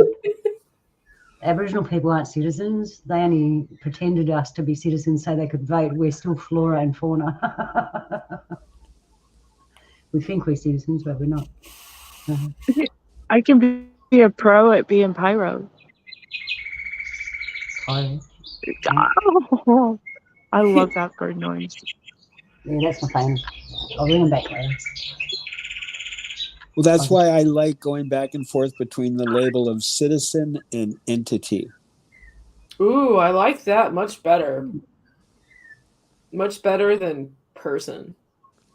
I'd say being, but everyone thinks I'm talking about a bean that grows in the ground and you eat them, beans. I know, right? That's the accent. How do I say it your way?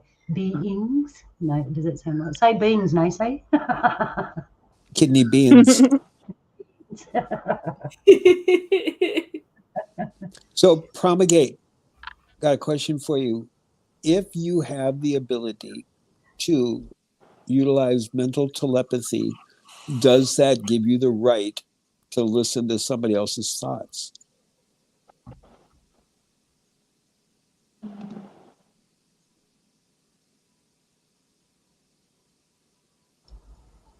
Are you going to answer that, Propagate? He may be away. I see that he's muted. Yeah, he might be. He just got off a show. Well, that is one of the challenges that I find myself pondering when it comes to mental telepathy. Okay. Well, I'll answer that, Naysay, because I do hear people's thoughts, and you can't just willy-nilly act upon everything you hear. You have to keep some things to yourself and just know that that's what you heard was said, and you know where you stand. But it's like a double game. It's like there's two worlds. There's one where it's invisible and you can hear all this stuff, and then there's the real world where they're just looking at you and they haven't said nothing, but you know exactly what's going on. You just got to, until everybody is capable of hearing everybody, you can't really say much. The only time I use it is when I'm helping people and I can hear what they're thinking and I can feel what they're feeling, which will enable me to zone in on them and I know exactly where they're at. That's the way I use it. To use it any other way would be intrusive because I haven't got their permission. But if someone's looking at me and I can hear the fact that they're going to kill me, I will act upon it. In them situations, but generally in everyday life you can't act upon it. You have to wait for everybody else to become on that level and they hear your thoughts too. But so then that would bring up that I cannot confirm or deny that I may or may not have experienced individuals that more or less are screaming when they're not actually saying anything, if that makes any sense. Or dollars. 1999. You hear it. Can you repeat that? I'm kind of PPP'd, and I was distracted. There's some people that, you know, just like in the whole spectrum of a communication experience, you know how like some people will communicate with their body language and their, you know, the way that their facial expressions are, the tonality of their voice, you know, whether they raise or lower their timbre, you know, but then these individuals are sometimes screaming out loud without saying a word. And so there's moments where individuals that have such talents of mental telepathy where they can't help but hear other people because, you know, just like when you meet somebody and they're super duper chatty, yeah, audibly, there's other people that, super you know, chatty. they're Yeah. exactly like their mind doesn't settle down. Yep. Yep, I know exactly what you're talking about. And I'll apologise now if anyone hears me. But I find that happens when I'm having a hard time. I don't say anything to anyone, and then all of a sudden I'll get all these phone calls going, "Are you okay? How are you doing?" Because they've picked up on the waves, and I do it as well. I hear, like you were saying, Nazo, you hear people screaming out, and it's like, "Oh, I better bring you up, see if you're okay." That's the good part of it. That's the good part. I'll share a story that that I happened to overhear. That two individuals were in the same approximation of each other.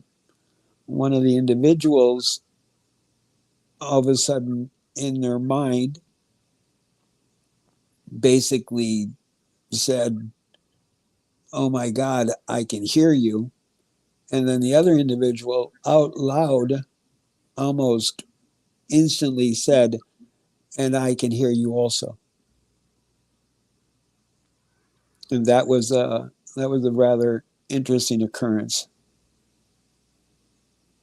where sometimes individuals will be surprised,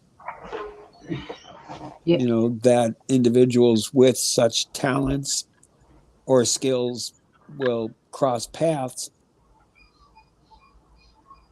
You know, it happens here in my house on a smaller level with food, because me and Carl being gifted, obviously that our kids are, right?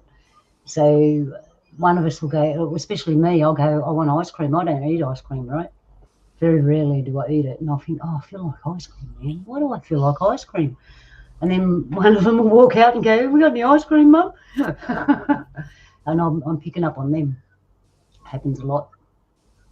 Well, especially with our close friends and family, and especially, those that share a deeper intimacy, that those occurrences of fine tuning on each other's transmitters and receivers are, I think, sharpened, and so that occurrence happens.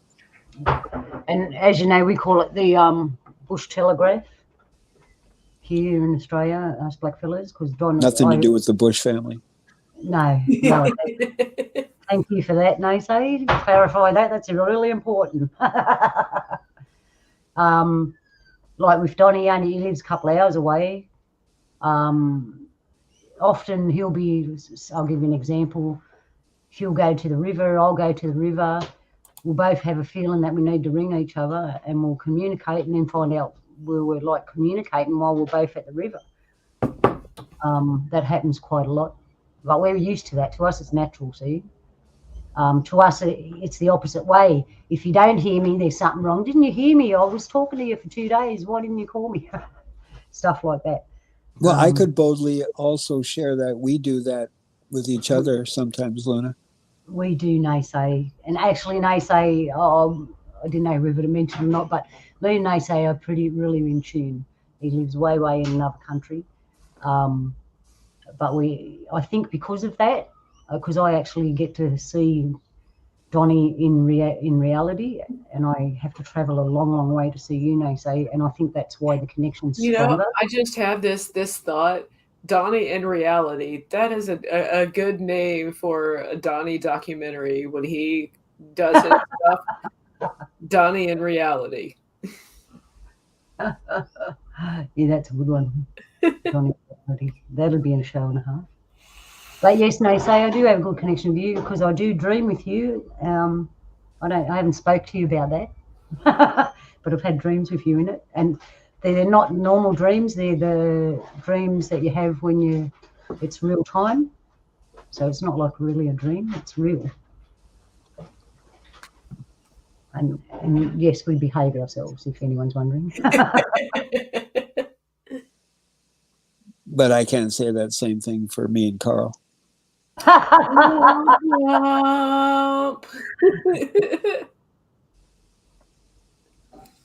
It's funny. I think we lost Propagate.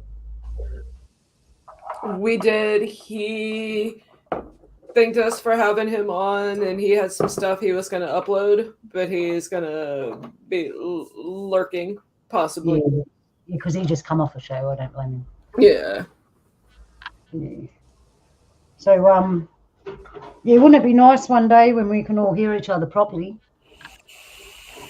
Or we're all kind of... as much as I sometimes curse technology, I have to say I do appreciate it.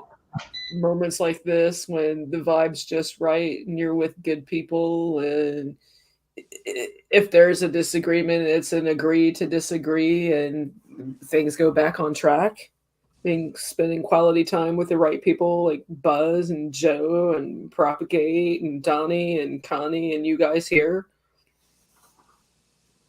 This is, I keep coming back to the whole like KBS tribe. It's with all the craziness that's going out there. It's good to have like so many people that are my tribe.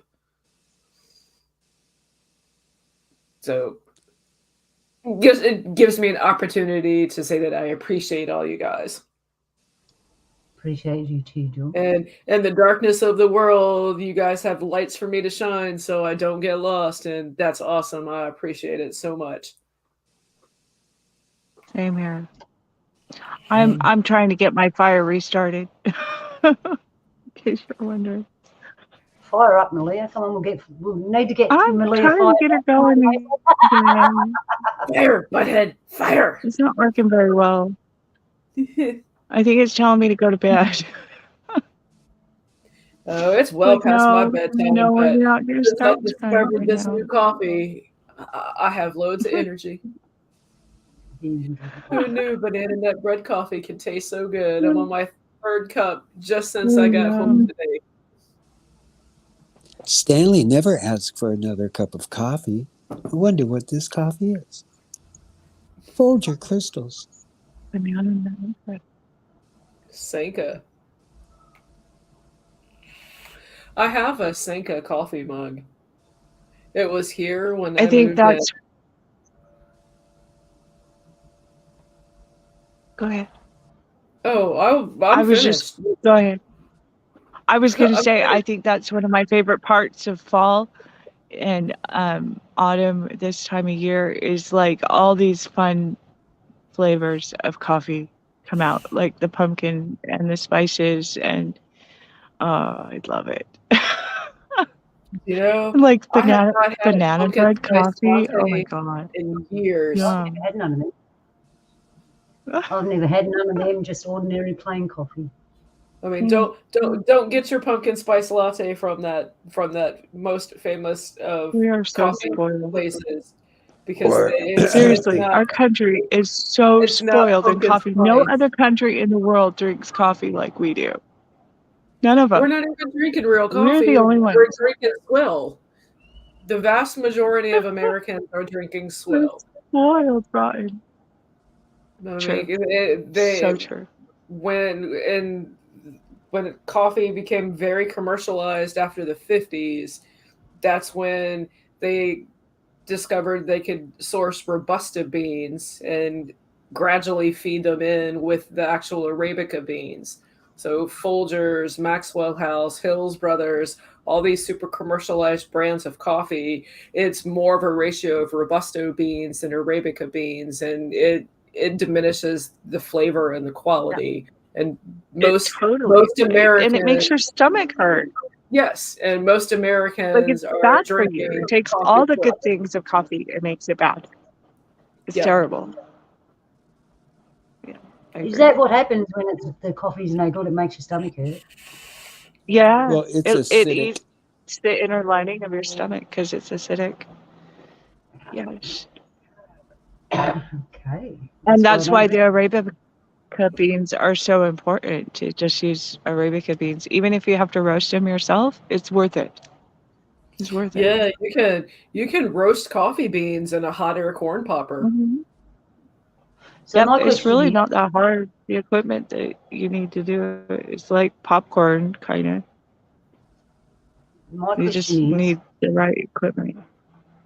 are we the first civilization to drink so much coffee, or do you think in past civilizations they had coffee too?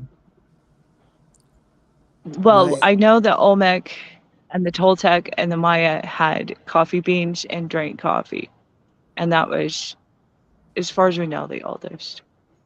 They're, yeah, it may be Peruvian.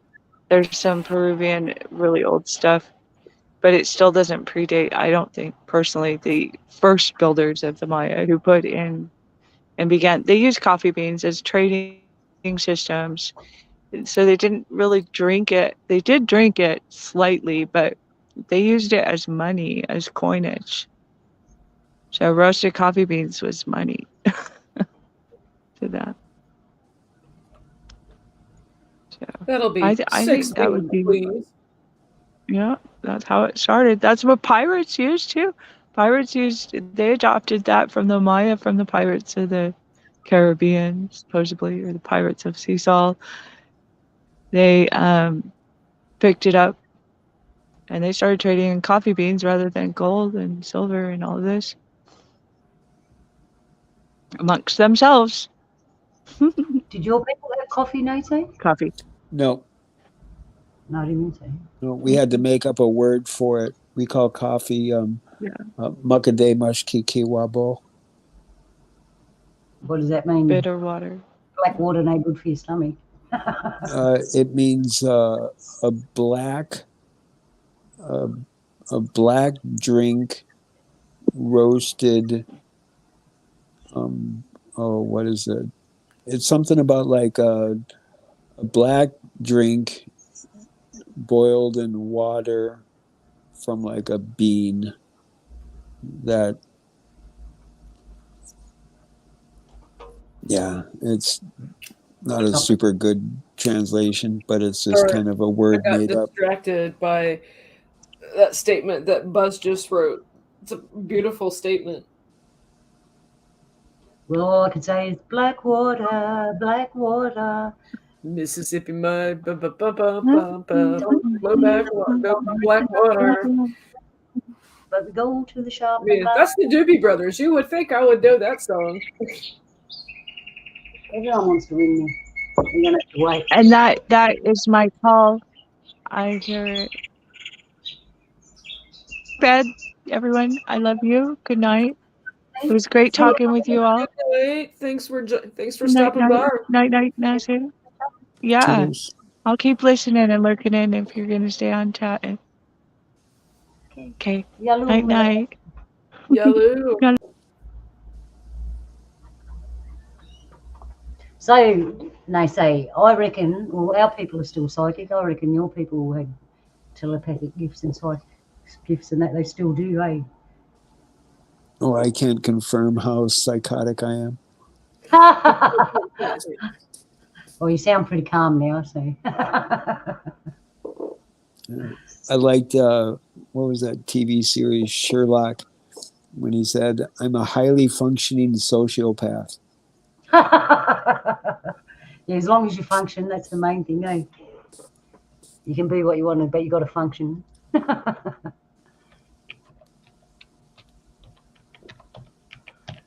Okay. Yeah, we were talking about dragons and snakes, serpents. Ooh, Serpent Mound, Ohio. Yeah, that's where we're hoping you would have dropped in earlier, but that's okay because we knew about that. Yeah. We're talking about the rainbow serpent here. I read a little story out for everyone. And how much we're wondering because we're looking at pictures where the knights were killing the dragons and everything else that didn't look like human, and we're wondering who the good guys really were, the knights or the others, or the other creatures. And it's funny that the knights were Knight Templars, the Knights of the Templars, and how it's changed up until this very day, and they're still, the victors are still in control. And is that a good thing? Well, the allegories in some of these tales of the dragons or the great reptiles or the serpents is really interesting because it's almost like this demonization of the reptilians or the snakes or the dragons is more so of wanting to keep the secret knowledge hidden, occulted. And when you look into these ancient wizards or alchemists, you would find out because of their wanting to keep the secrets to themselves, they would use more or less like fairy tales and different code words when they're writing their alchemical potions. And then when you see how it interweaves with reptilians and the snake, and then you see this correlation with DNA and with all this symbology of snakes in a tree, snakes on a cross, snakes climbing up the magic wand. And then if you think in the aspect of the knights being the tools of the power elite, then you can possibly also recognize how they were utilized in order to maintain the power and gain more. Yep. And they're maintaining it till today. True. Because to me, it seems to me, it seems kind of easy to lump together dinosaurs with dragons. You know, because when we look at the bones of these dinosaurs, how can we be 100% accurate that this is how they were when they're reconstructed? Yeah, exactly. That's what they look like. We don't know. You know, and there's been many occurrences of where they've like the Tyrannosaurus Rex. I personally believe that they are lying to us about the T-Rex with it having such small hands, small arms. Yeah, I think so too. It's ridiculous. And I think they would have a much huger arms, and that possibly because of their main staple of diet, they ate these creatures that were smaller than them. And so they had these smaller arms, and they're like, oh, well, this must have been their arms. But I look at the kangaroo. I mean, that's like sitting at a proper dinner table with your fork and knife in your hand, getting ready to cut into a big juicy steak, and your arms can only reach to the end of the table, and you can't get the steak. Right. I mean, then you would think, okay, this isn't working. Let me get closer, and you would find a way to grab your meal. But it just makes more sense that their arms would have been longer so they could hold it or tackle it or chase it. Because if they didn't have longer arms, they would never catch any prey. They wouldn't be able to tackle anything. There was this really funny cartoon, and I wish I could remember the name of it, but the negative character, the bad guy of the character, he had a T-Rex that was one of his henchmen. And at one time, the bad guy is chastising the T-Rex for not being able to catch the hero. And the T-Rex is like, look at the size of my arms. How can I catch anything? That's It's funny. like me. It's like, how can I reach it? My arms are short. But I look at the kangaroo. It's kind of shaped like a T-Rex, but it's actually got decent size arms. Right. Sorry about that. Oh, that's the nerd alert. Sorry, I'm setting it off. It's actually got decent sized arms, and we did have giant kangaroos, and I kind of wondered whether they found a giant kangaroo and missed one of the bones, because we used to take the kangaroo bone forearm and make needles out of them, sewing needles. And I was just thinking, wouldn't it be funny if they found a kangaroo skeleton with its missing forearms, and they put it together thinking it had little arms and called it a T-Rex. Because they did eat meat. They ate us when they were giant. And that's the closest thing I know that looks like a T-Rex is a kangaroo, a giant kangaroo. Because the forearms are ridiculous. I've never seen nature have something so ridiculous that isn't being used. I beg to defer to our friend the platypus. Yeah, but He's made over with leftover parts. It is, yes, but it's still useful. Like, it hasn't got a tail, or there's nothing on it that doesn't work. It all works. The arms on the T-Rex, they don't work. What's he going to? Can't even pick his nose. Well, that's that. If you look at like chickens, and then when you also look at ostrich, that ostrich in itself is just one of the most bizarre birds. It is. And the emus and ostriches are similar.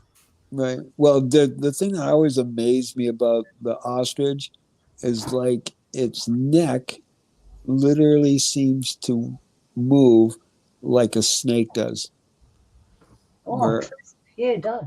Where all of a sudden its neck can like just loosen and just kind of drop like the letter U. and you see when it like stretches up it. Yeah, bizarre. Yeah, and it can wiggle it side to side like a snake motion. Yeah, I know what you're saying. The emus do the same thing. And then Yeah. those incredible, powerful legs where they can just kick the shite out of a Yeah, person. they'll rip you to pieces. Emus do the same. Who was I talking to the other day? We got another one, a cassowary. It's the same. The difference is it's got a big bone, a big blue bone sticking out of the top of its head, and it's the same blue, like a bright, brilliant blue, so you can see it coming. And it's like a U-shaped bone on the top of its head, solid though, with no gap in the middle, bright blue. And what it does is it comes running at you with its head down and hits you with this bone on the top of its head, and it'll crack your head open or damage you very severely. And that's not even mentioning its feet. And that's the cassowary. And I've spoke to a bloke the other day. He actually came up to a cassowary face to face, and he said they're like 8 feet tall. They're really, really fucking huge. Sorry for the F word, but they're really huge, man. They're really huge, and they're like living dinosaurs, man. Oh, I haven't met one face to face in the bush, thank God. But yeah, just to think about it puts chills down my bones. Give me a snake or a little spider any day. As long as the spider's preferably small. I can handle small spiders, but I don't want no like mammoth Volkswagen-sized spider. Dinosaur spiders. I don't want no Aragog.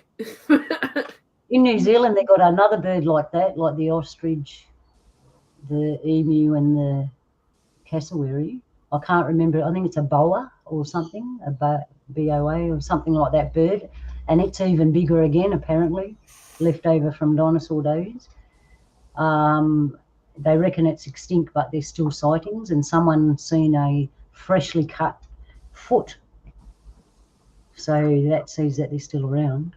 Do you know, I hate that we can't play music here because it would be copyrighted, because that was a perfect opportunity to play Walk the Dinosaur from Was Not Was. Sing it, Jules. Oh, you don't want me to sing. And I don't know all the words, so it was a missed opportunity. But there has been so many cases where they found evidence of dinosaurs and humans living together, and I know they did. I don't know about, and they're mostly herbivores from what I gather. I don't know about the meat eaters. Sometimes I think they made them sound even scarier just to keep us in fear. Perhaps, but back then, maybe we weren't as populated, and they didn't have to dial the fear factor so much. I know. I'm thinking now, I've seen little dinosaurs fossilized, like you see them. There was even one that had feathered wings that was fossilized, and it was only a few feet tall. You see herbivore ones and seafaring ones that are fossilized. I haven't seen a T-Rex fossilized or any of the other meat eaters. Maybe a talon, but that talon could come from a bird. True. And were they birds and they lost it, like, were they birds with no feathers and then they got feathers? We don't know. Is there a reliable source? There is. Well, just the idea about, feathers and scales and the theory of evolution, where the similarities to birds and reptilians is easy to find, like the parallels in how their skeleton structure and all of that are so similar. Yeah, possibly, because I'm just thinking you don't see lizards with feathers these days. But then, talking about evolution, we have a story about the koala and the wombat. Once they were the same animal, and then the earth changes came, and the koala said, "I'm going up the tree to survive," and the wombat, so they were both the same. One said, "I'm going up a tree," the other one said, "I'm going to dig in the ground." When the earth changes were finished, one come out as a wombat and the other one come out as a koala, but apparently they were the same before that. So I can see how a lizard would go do the same thing. One come out as a bird and the other one stayed a lizard.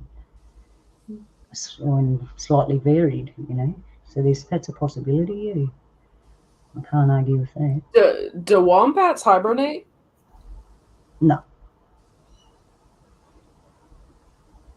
You Interesting. can imagine Bob and Ted waking up the next morning and Ted's all like, "Bob, what the heck happened? I don't know. I woke up and my scales are like this." You're all soft and fluffy. Mhm. Yeah. Because I seen a bird on one of the islands. It was kind of remote. In a couple of generations, the seeds that were on the island were very hard, and in a few generations, the birds had changed their beak so it was bigger and stronger, so they could eat these seeds.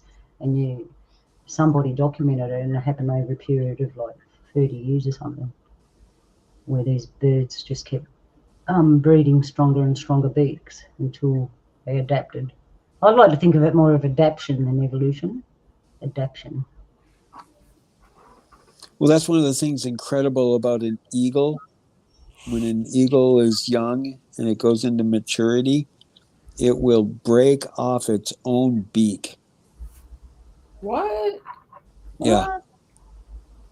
And the eagle will go like 2 weeks basically beakless Whoa.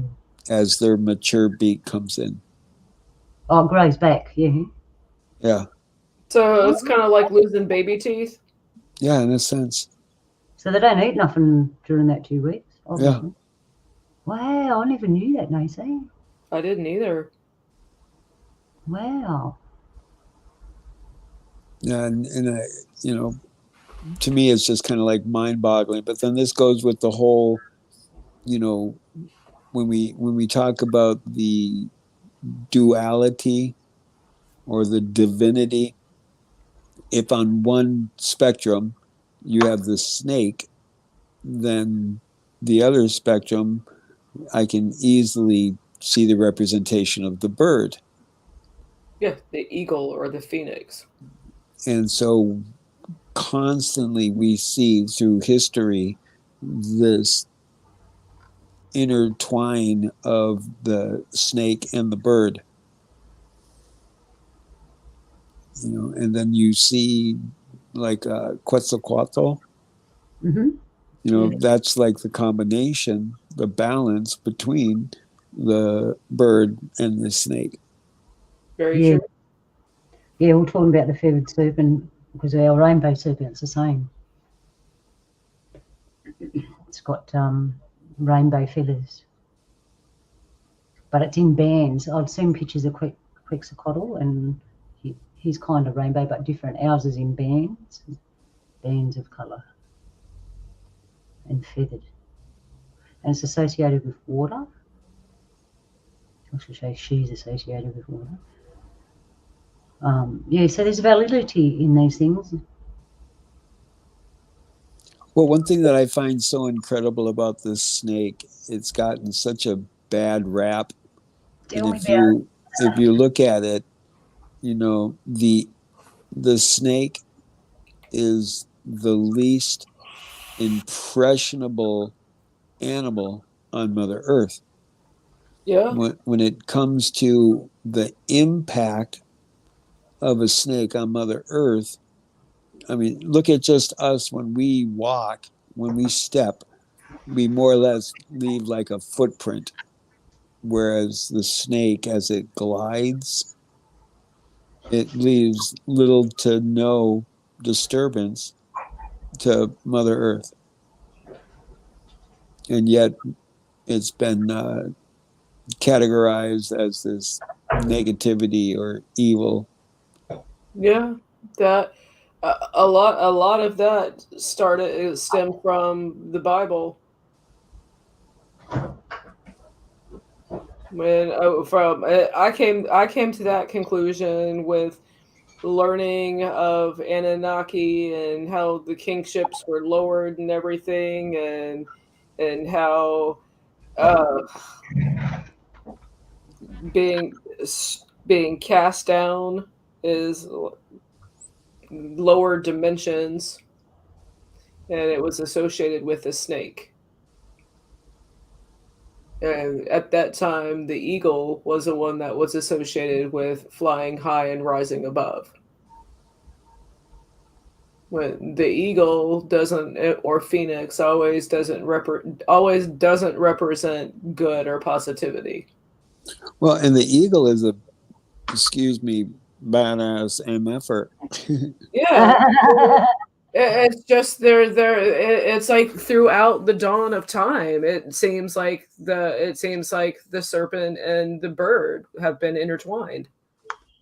But even in the eagle's character, you know, it is one BA, because it will, you know, steal food from other eagles.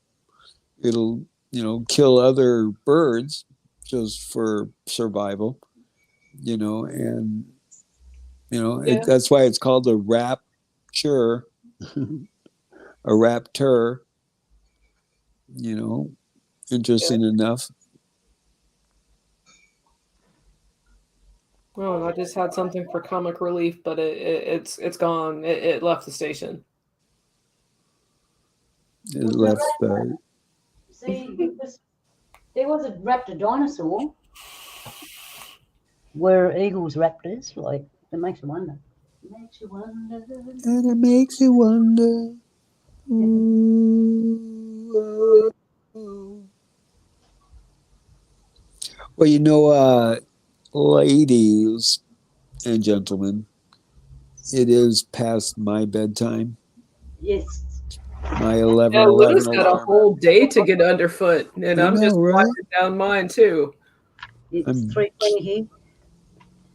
Well, I apologize to the universe because I was going through tons of emails and old notes on my phone, and it was getting very arduous going through and deleting these things. And then all of a sudden, I was looking for something to listen in the background, and then I noticed you guys were on. Yeah, glad you dropped in. Yeah. Good to hear from you. Will you I be know. joining us tomorrow? I would say there's about a 80% chance. Okay. My I will house send guest you is. I'll send you the link, and as far as I know where it go, but we are having massive storms and tornado, bad weather roll through tomorrow. Well, then just do something about it.